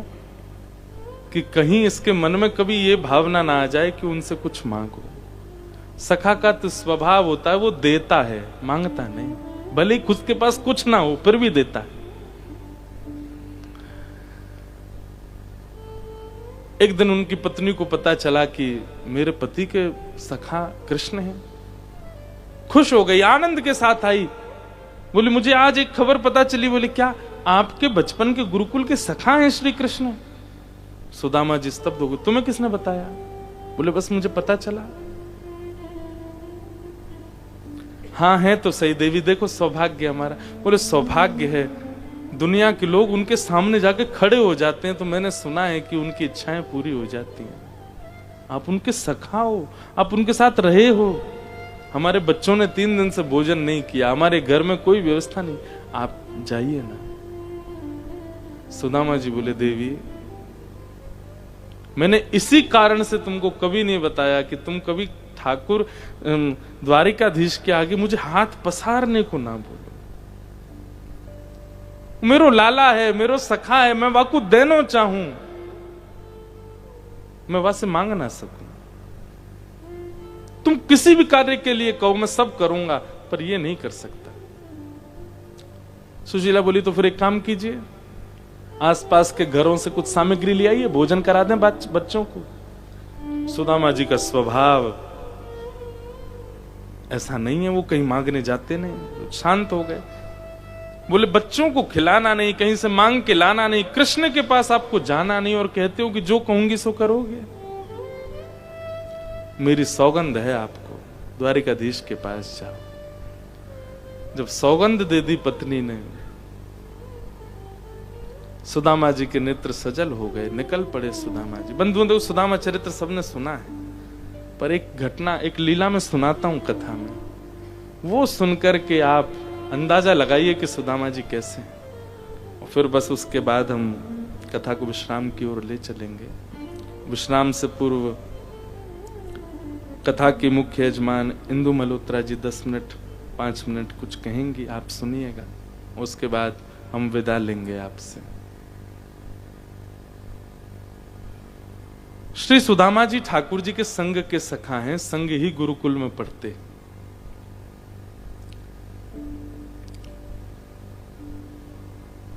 आज गुरु माने आज्ञा की, कृष्ण सुदामा दोनों वन में जाओ, और वन से पुष्प, तुलसी और कुछ सामग्रियां हवन की लेकर के आओ। दोनों सुबह से ही नहा धो के तैयार हो गए, क्योंकि एक दो बच्चों का नंबर आता था। आज कृष्ण सुदामा की बारी, बड़े प्रसन्न थे। 1 महीना बाद नंबर आया बाहर जाने का। स्नान करके धोती आदि पहन करके दोनों बिल्कुल तैयार। उसी समय भृगु ऋषि का आश्रम में आगमन हुआ और गुरु मां के सामने कमंडल आगे कर दिया और कहा, माते भिक्षाम देही, भिक्षा प्रदान कीजिए।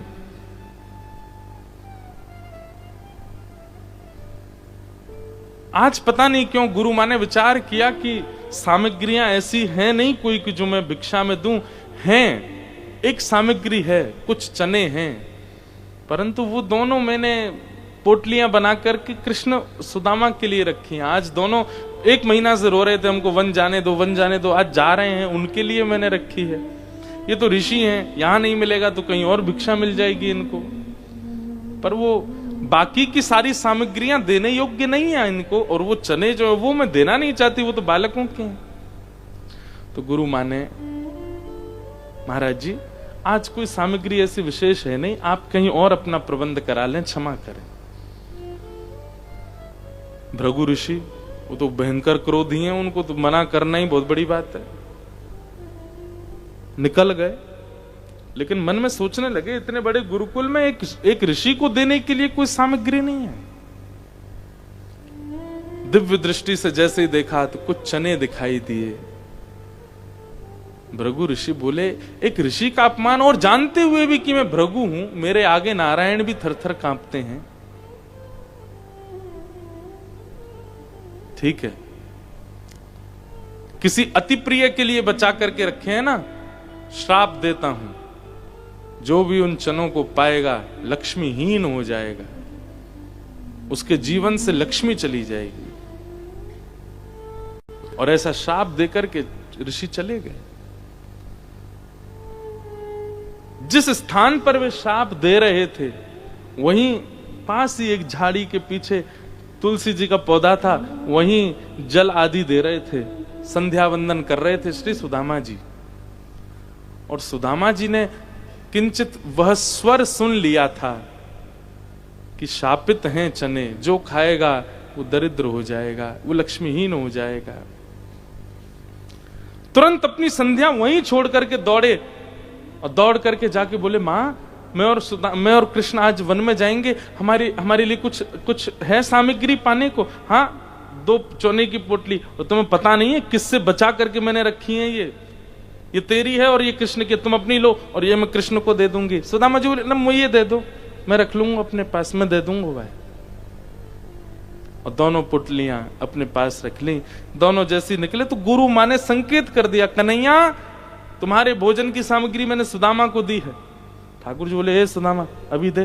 बोले, कहीं जा थोड़ी रही है, संग पालेंगे, चलते हैं ना वन में। दोनों वन में गए। सुदामा जी केवल अवसर की खोज में हैं। कहीं फेंक देंगे तो कहीं अंकुरित ना हो जाए, कोई और खा ले, या किसी भी प्रकार से ये लक्ष्मीहीन का शाप पूरे विश्व में फैल जाएगा अगर फेंक भी दिए तो। कृष्ण को मैं खाने नहीं दूंगा। अवसर मिला, वर्षा होने लगी, तभी एक विशाल वृक्ष था। ठाकुर जी चढ़ने में निपुण कम है और वर्षा में तो और नहीं चढ़ पाते वृक्ष पर। सुदामा जी महाराज दौड़ करके गए, उस वृक्ष के ऊपर चढ़ गए। ठाकुर जी बार बार चढ़े, फिसल जाएं।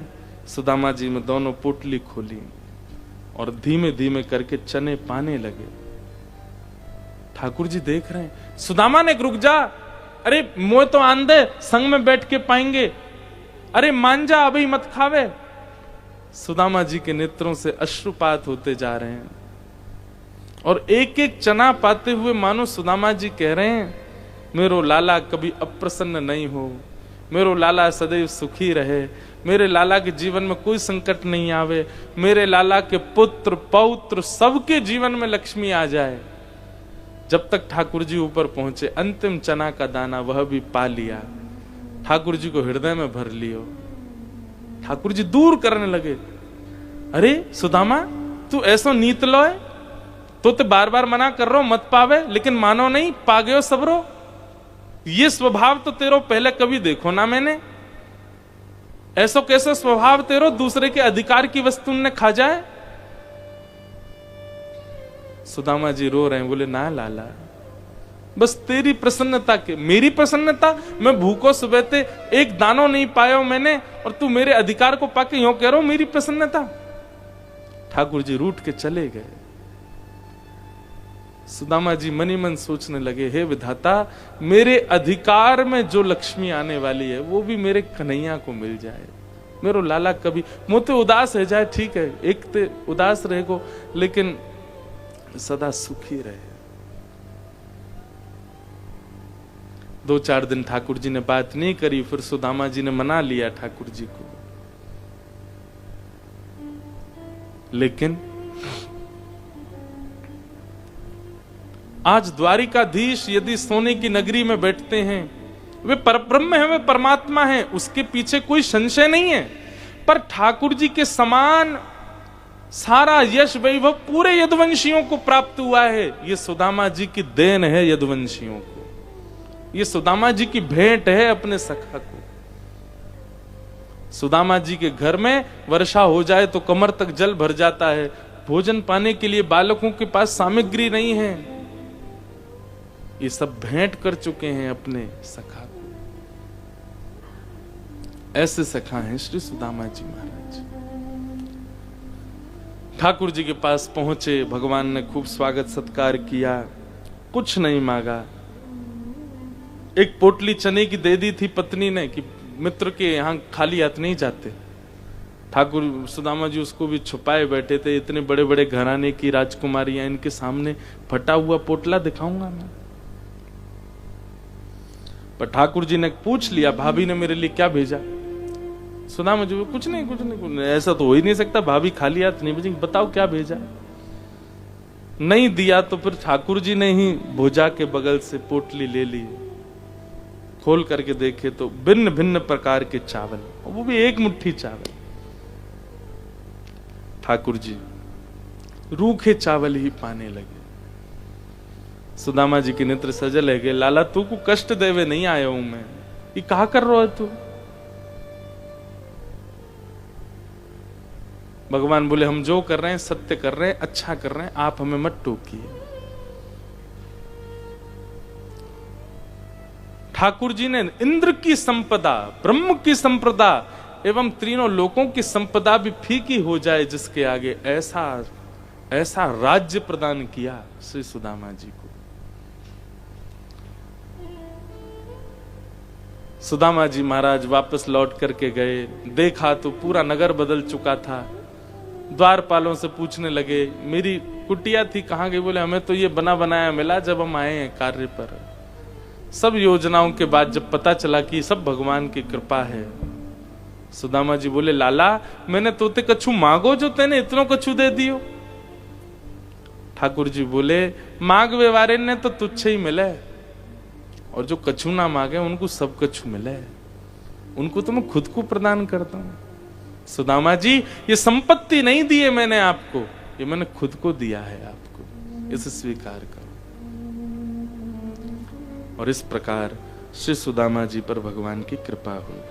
बोलो भक्त वत्सल भगवान की। आगे बंधुओं, भगवान के संपूर्ण यदुवंश को संतों का श्राप लगा। क्यों? भगवान कहते हैं भाई रूप, यौवन, संपत्ति और बहुत सम्मान, ये चार, अगर इन चारों में से एक भी किसी के जीवन में आ जाए, क्या क्या? रूप, यौवन, संपत्ति और बहुत सम्मान, ये चारों में से एक भी यदि किसी के जीवन में आ गया और इन चारों के साथ में सत्संग जीवन में नहीं आया, उस व्यक्ति का पतन निश्चित हो जाएगा। कोई रूपवान है, बहुत सुंदर है, लेकिन सत्संग नहीं है जीवन में, एक दिन रूप गर्विष्ठ हो जाएगा, अपने रूप के अहंकार के कारण ही नाश का कारण बनेगा। सुंदर युवावस्था है लेकिन सत्संग जीवन में नहीं है तो भटक सकता है।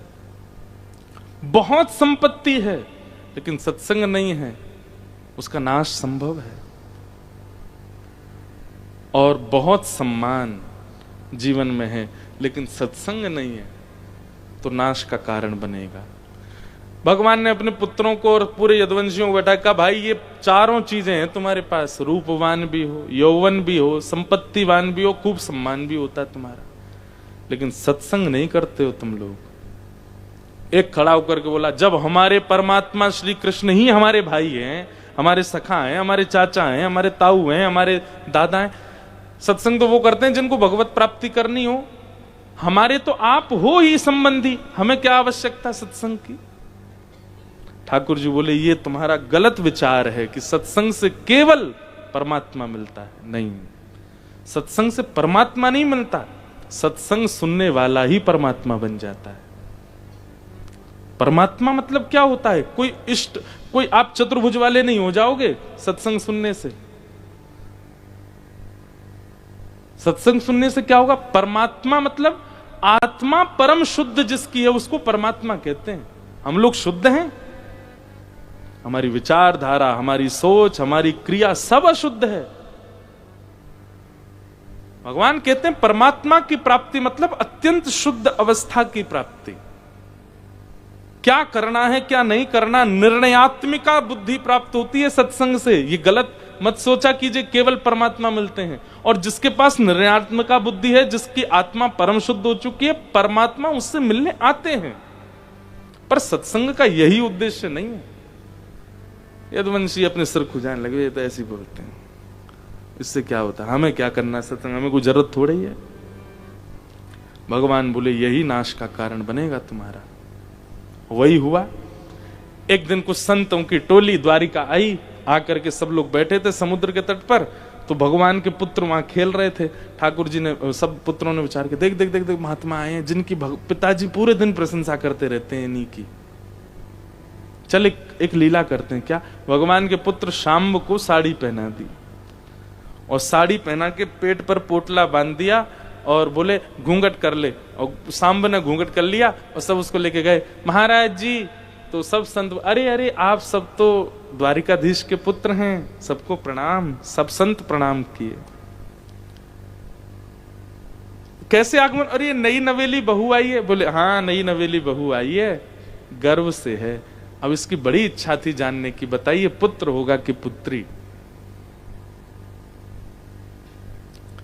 संत जन बोले ये व्यवहार ठाकुर जी के पुत्रों का लग नहीं रहा है हमें, लेकिन फिर भी अपनी दिव्य दृष्टि से जैसे ही देखा, ताम्र वर्ण हो गया सब संतों का, नेत्र लाल पड़ गए क्रोध के कारण। बोले हमारी परीक्षा ले रहे हैं? बोले भगवान के पुत्र शाम्ब को साड़ी पहना करके लाए हो। सब पुत्र ताली बजाने लगे, हाँ अरे नहीं नहीं नहीं, आप सब तो सब जानते ही हैं। बोले इतना नहीं, आप हमारी परीक्षा लेने के लिए यहां आए हैं। इसके पेट से एक लोह का पिंड गिरेगा और उसी से तुम्हारे संपूर्ण यदुवंश का नाश होगा। साड़ी खोल करके देखा तो एक लोह पिंड रखा था। लेकर के सारे बालक घबराते हुए भागे। द्वारिका के राजा उग्रसेन के पास जाकर के बोले ऐसा ऐसा हुआ। उग्रसेन बोले मैं तुम्हें कब तक बचाता रहूं ठाकुर जी से, तुम्हारे सारे क्रियाकलापों पर पानी फेरता रहता हूं मैं, ये क्या, ये अब ये इससे कैसे? बोले आप ही निदान कीजिए इसका, कह रहे हैं इससे हमारा यदुवंश नष्ट होगा। और सब बालकों ने मिलकर घिस करके उसको समुद्र में पीस करके फेंक दिया। लेकिन समुद्र की लहरों के कारण वो किनारे पर ही एर का विषैली घास बन गया। एक दिन यदुवंशी, अब आप सब आनंद में थे, अब तो हमारे नाश का कारण भी हमने समुद्र में फेंक दिया। यही होता है, अतीत में यदि कुछ आएगा दिमाग में तो आपका दिमाग देखिए वो क्रियाशील कब होता है, वो विचारशील कब होता है, तो थोड़ी अपूर्णता हो बुद्धि में, वो परिपूर्ण हो जाता है ना तो आपका दिमाग विचार करना बंद कर देता है। किसी भी स्थिति में देखो, आप जितना सोचते थे उससे अधिक धन मिल जाएगा तो आप क्या करोगे? आप आलसी हो जाओगे। अब क्या करना, अब तो मिल ही गया, अब तो हो ही गया। आपके आलस्य का कारण बनता है परिपूर्णता, और वही बन गया है यदुवंशियों का। एक दिन किसी कारण से थोड़ी सी नोक झोंक ही विशाल युद्ध में परिवर्तित हो गई और लड़ते झगड़ते सब समुद्र तट पर आए, एक दूसरे से लड़ते झगड़ते एर का घास उठा उठा करके फेंक दी और सबका वध हो गया। द्वारिकाधीश ऊपर अटारी पर खड़े होकर के संपूर्ण यदुवंशियों को देख रहे थे और बलराम जी से बोल रहे थे, मेरे कुल के नाश का कारण भी मेरे ही पुत्र बने। बोले लाला है तो सब तेरी लीला, अब मुझको भी आज्ञा दे। और श्री बलराम जी प्रणाम करके शेषनाग रूप धारण करके क्षीर सागर में प्रवेश कर गए। ठाकुर जी भ्रमण करते हुए प्रभाषित क्षेत्र में गए और वहां एक वटवृक्ष के नीचे बैठ करके ठाकुर जी चिंतन कर रहे थे अपनी पूरी लीला का। तभी वहां उद्धव जी, मैत्रेय मुनि जी और बड़े बड़े कई ऋषि पधारे। भगवान ने उनको बैठा करके कहा अब मेरा अंतिम उपदेश सुनो, और उसी को भागवत धर्म कहा। भगवान ने उन सबको उपदेश प्रदान किया। उद्धव कृष्ण संवाद बहुत अद्भुत है।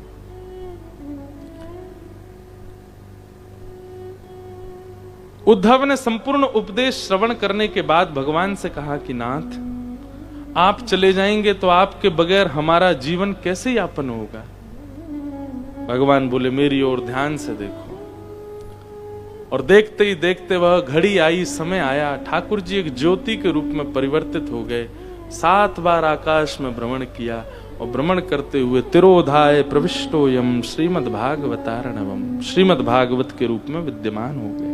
चतुश्लोकी भागवत, जो कि भगवान पहले ही ज्ञान दे चुके थे ब्रह्मा जी का, उसी ग्रंथाकार रूप में ठाकुर जी प्रविष्ट हो गए। भगवान बोले ये मेरा ही रूप है। अब वेदव्यास जी से इसका विस्तारीकरण करवाओ और कलयुग में लोगों को मेरा आश्रय यदि चाहिए तो भागवत जी के आश्रय में आए।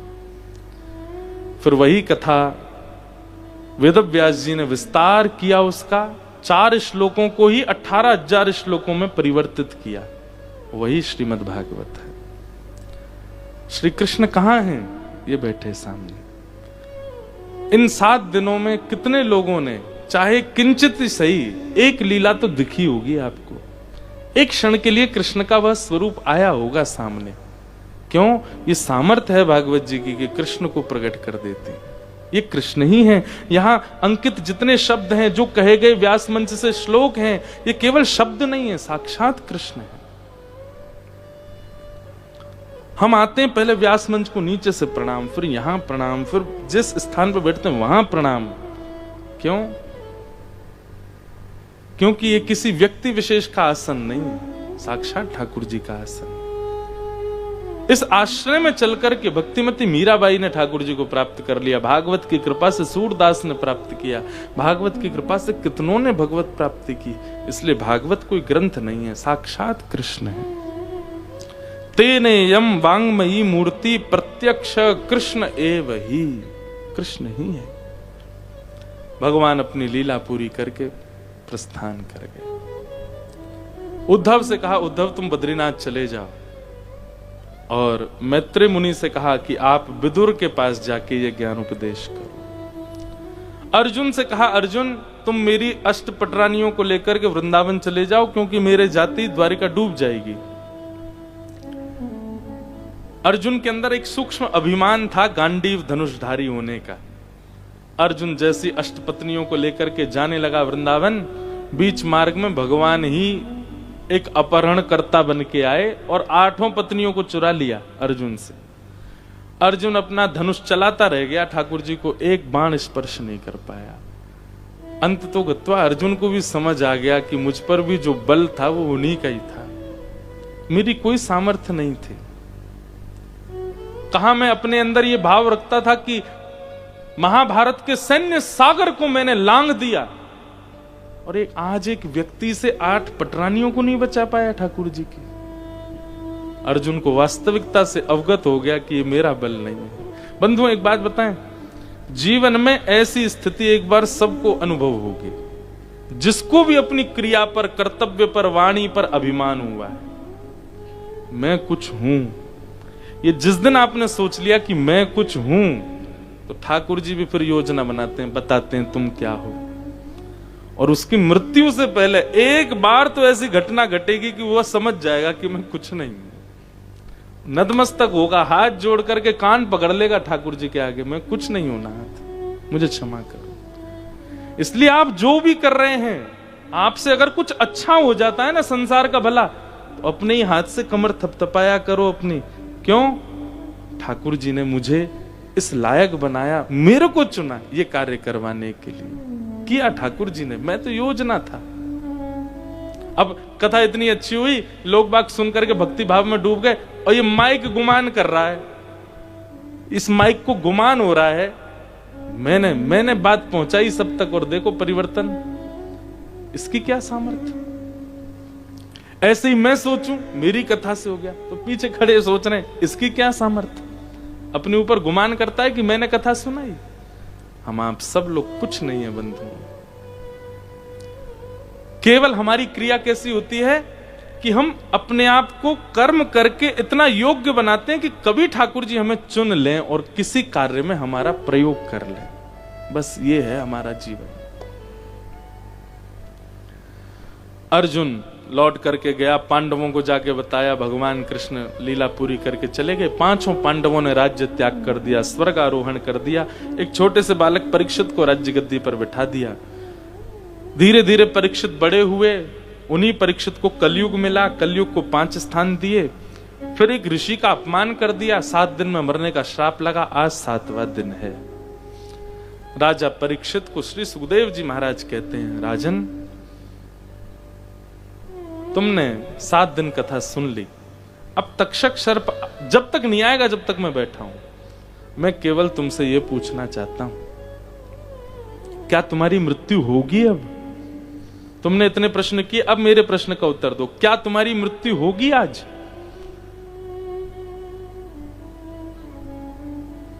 परीक्षित कहते हैं, बोले नाथ, मृत्यु धर्म शरीर का है और मैं एक आत्मा हूं।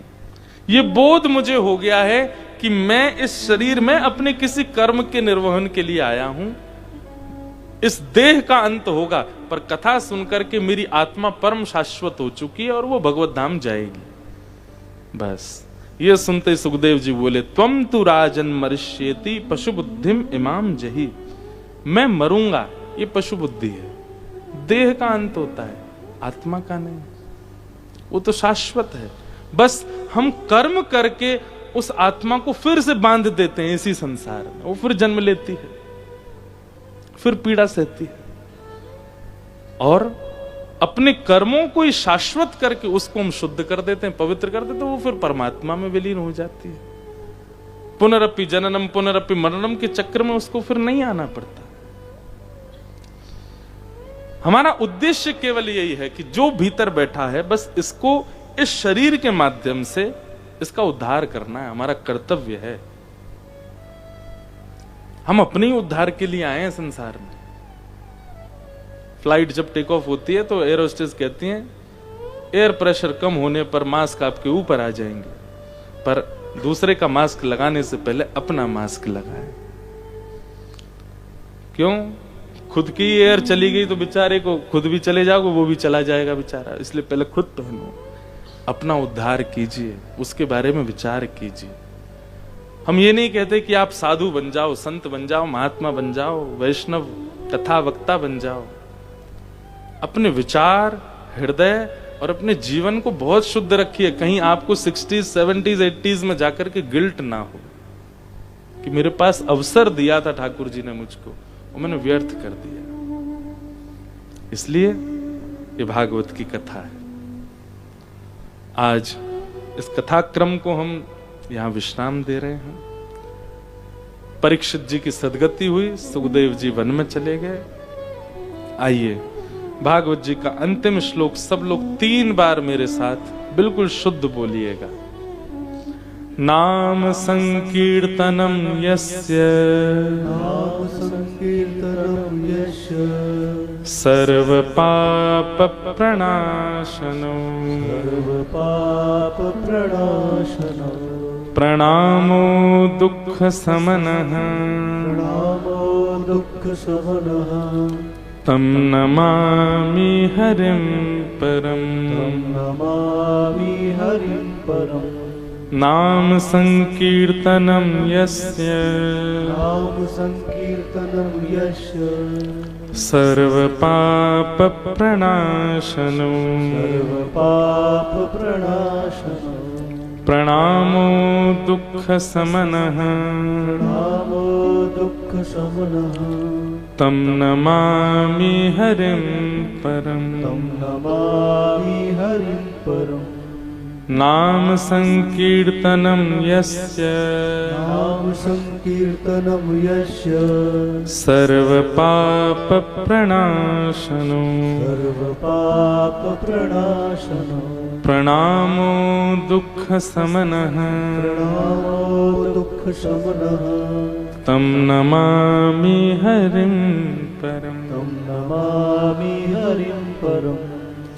जिन भगवान का नाम संकीर्तन जीवन का किसी भी स्थिति परिस्थिति हो सब में सहायक बनकर के हमारा उद्धार करता है, ऐसे प्रभु श्री के नाम को हम बारंबार प्रणाम करते हैं। आज दिल्ली के इस पावन स्थान पर हमारे उच्च न्यायालय में जिन्होंने बहुत वर्षों तक अपनी सेवा से कई लोगों को आनंदित और न्याय दिलाया, ऐसे इंदु मल्होत्रा जी के सत्संकल्प से उनकी बहन, उनके सखा, उनकी सहेलियां, उनके पूरे परिवार का ये बल उनको प्राप्त हुआ कि यह उत्सव उनके यहाँ सुसंपन्न हुआ।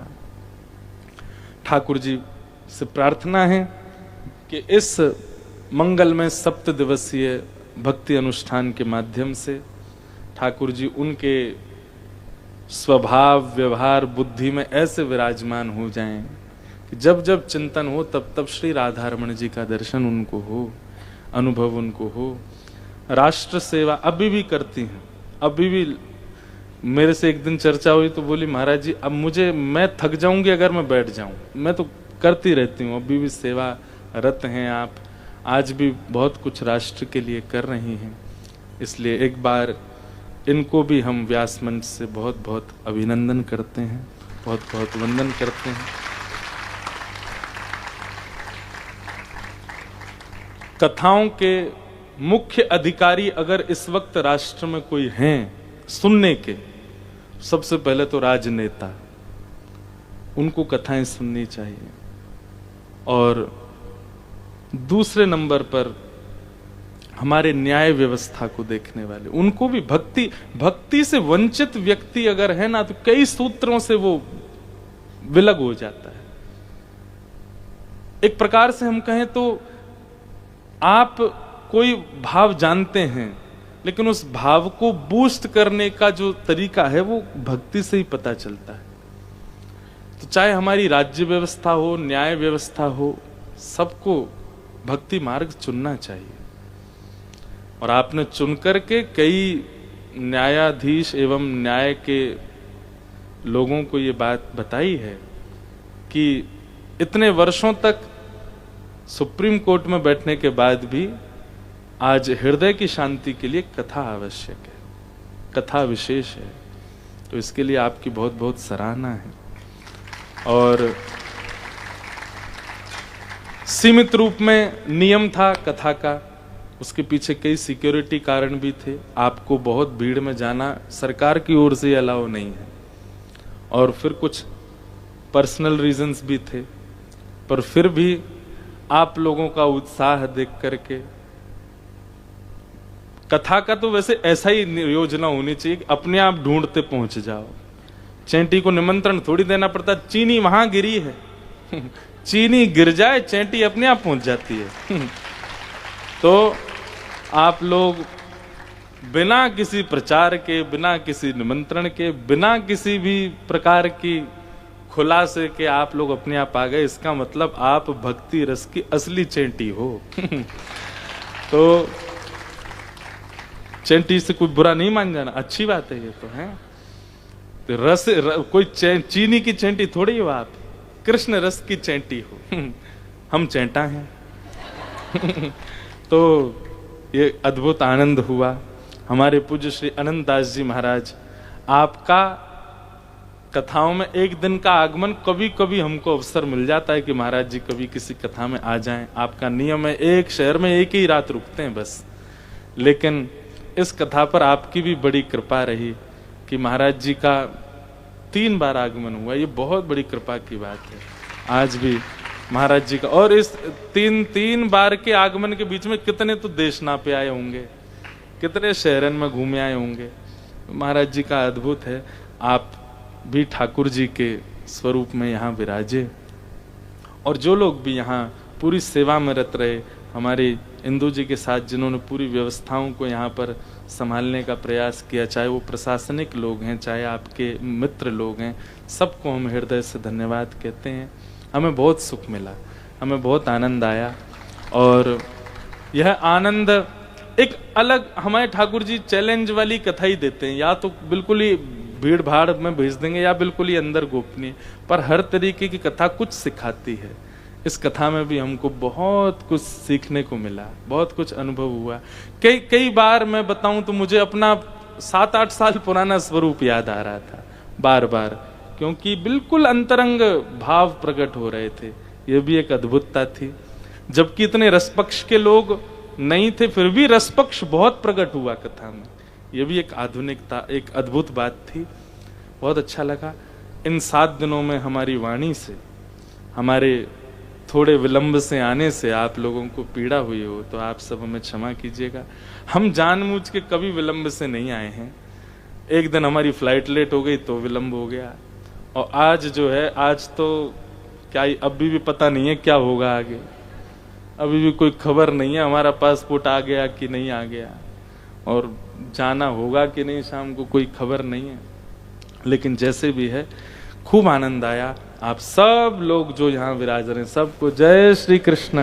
जय श्री कृष्ण। नहीं, जोड़ते बोलो, जय श्री कृष्ण, जय श्री कृष्ण। जय सिया राम, जय सिया राम। जय श्रीमन नारायण, जय श्री नारायण। जय जय श्री राधे। जय श्री राधे।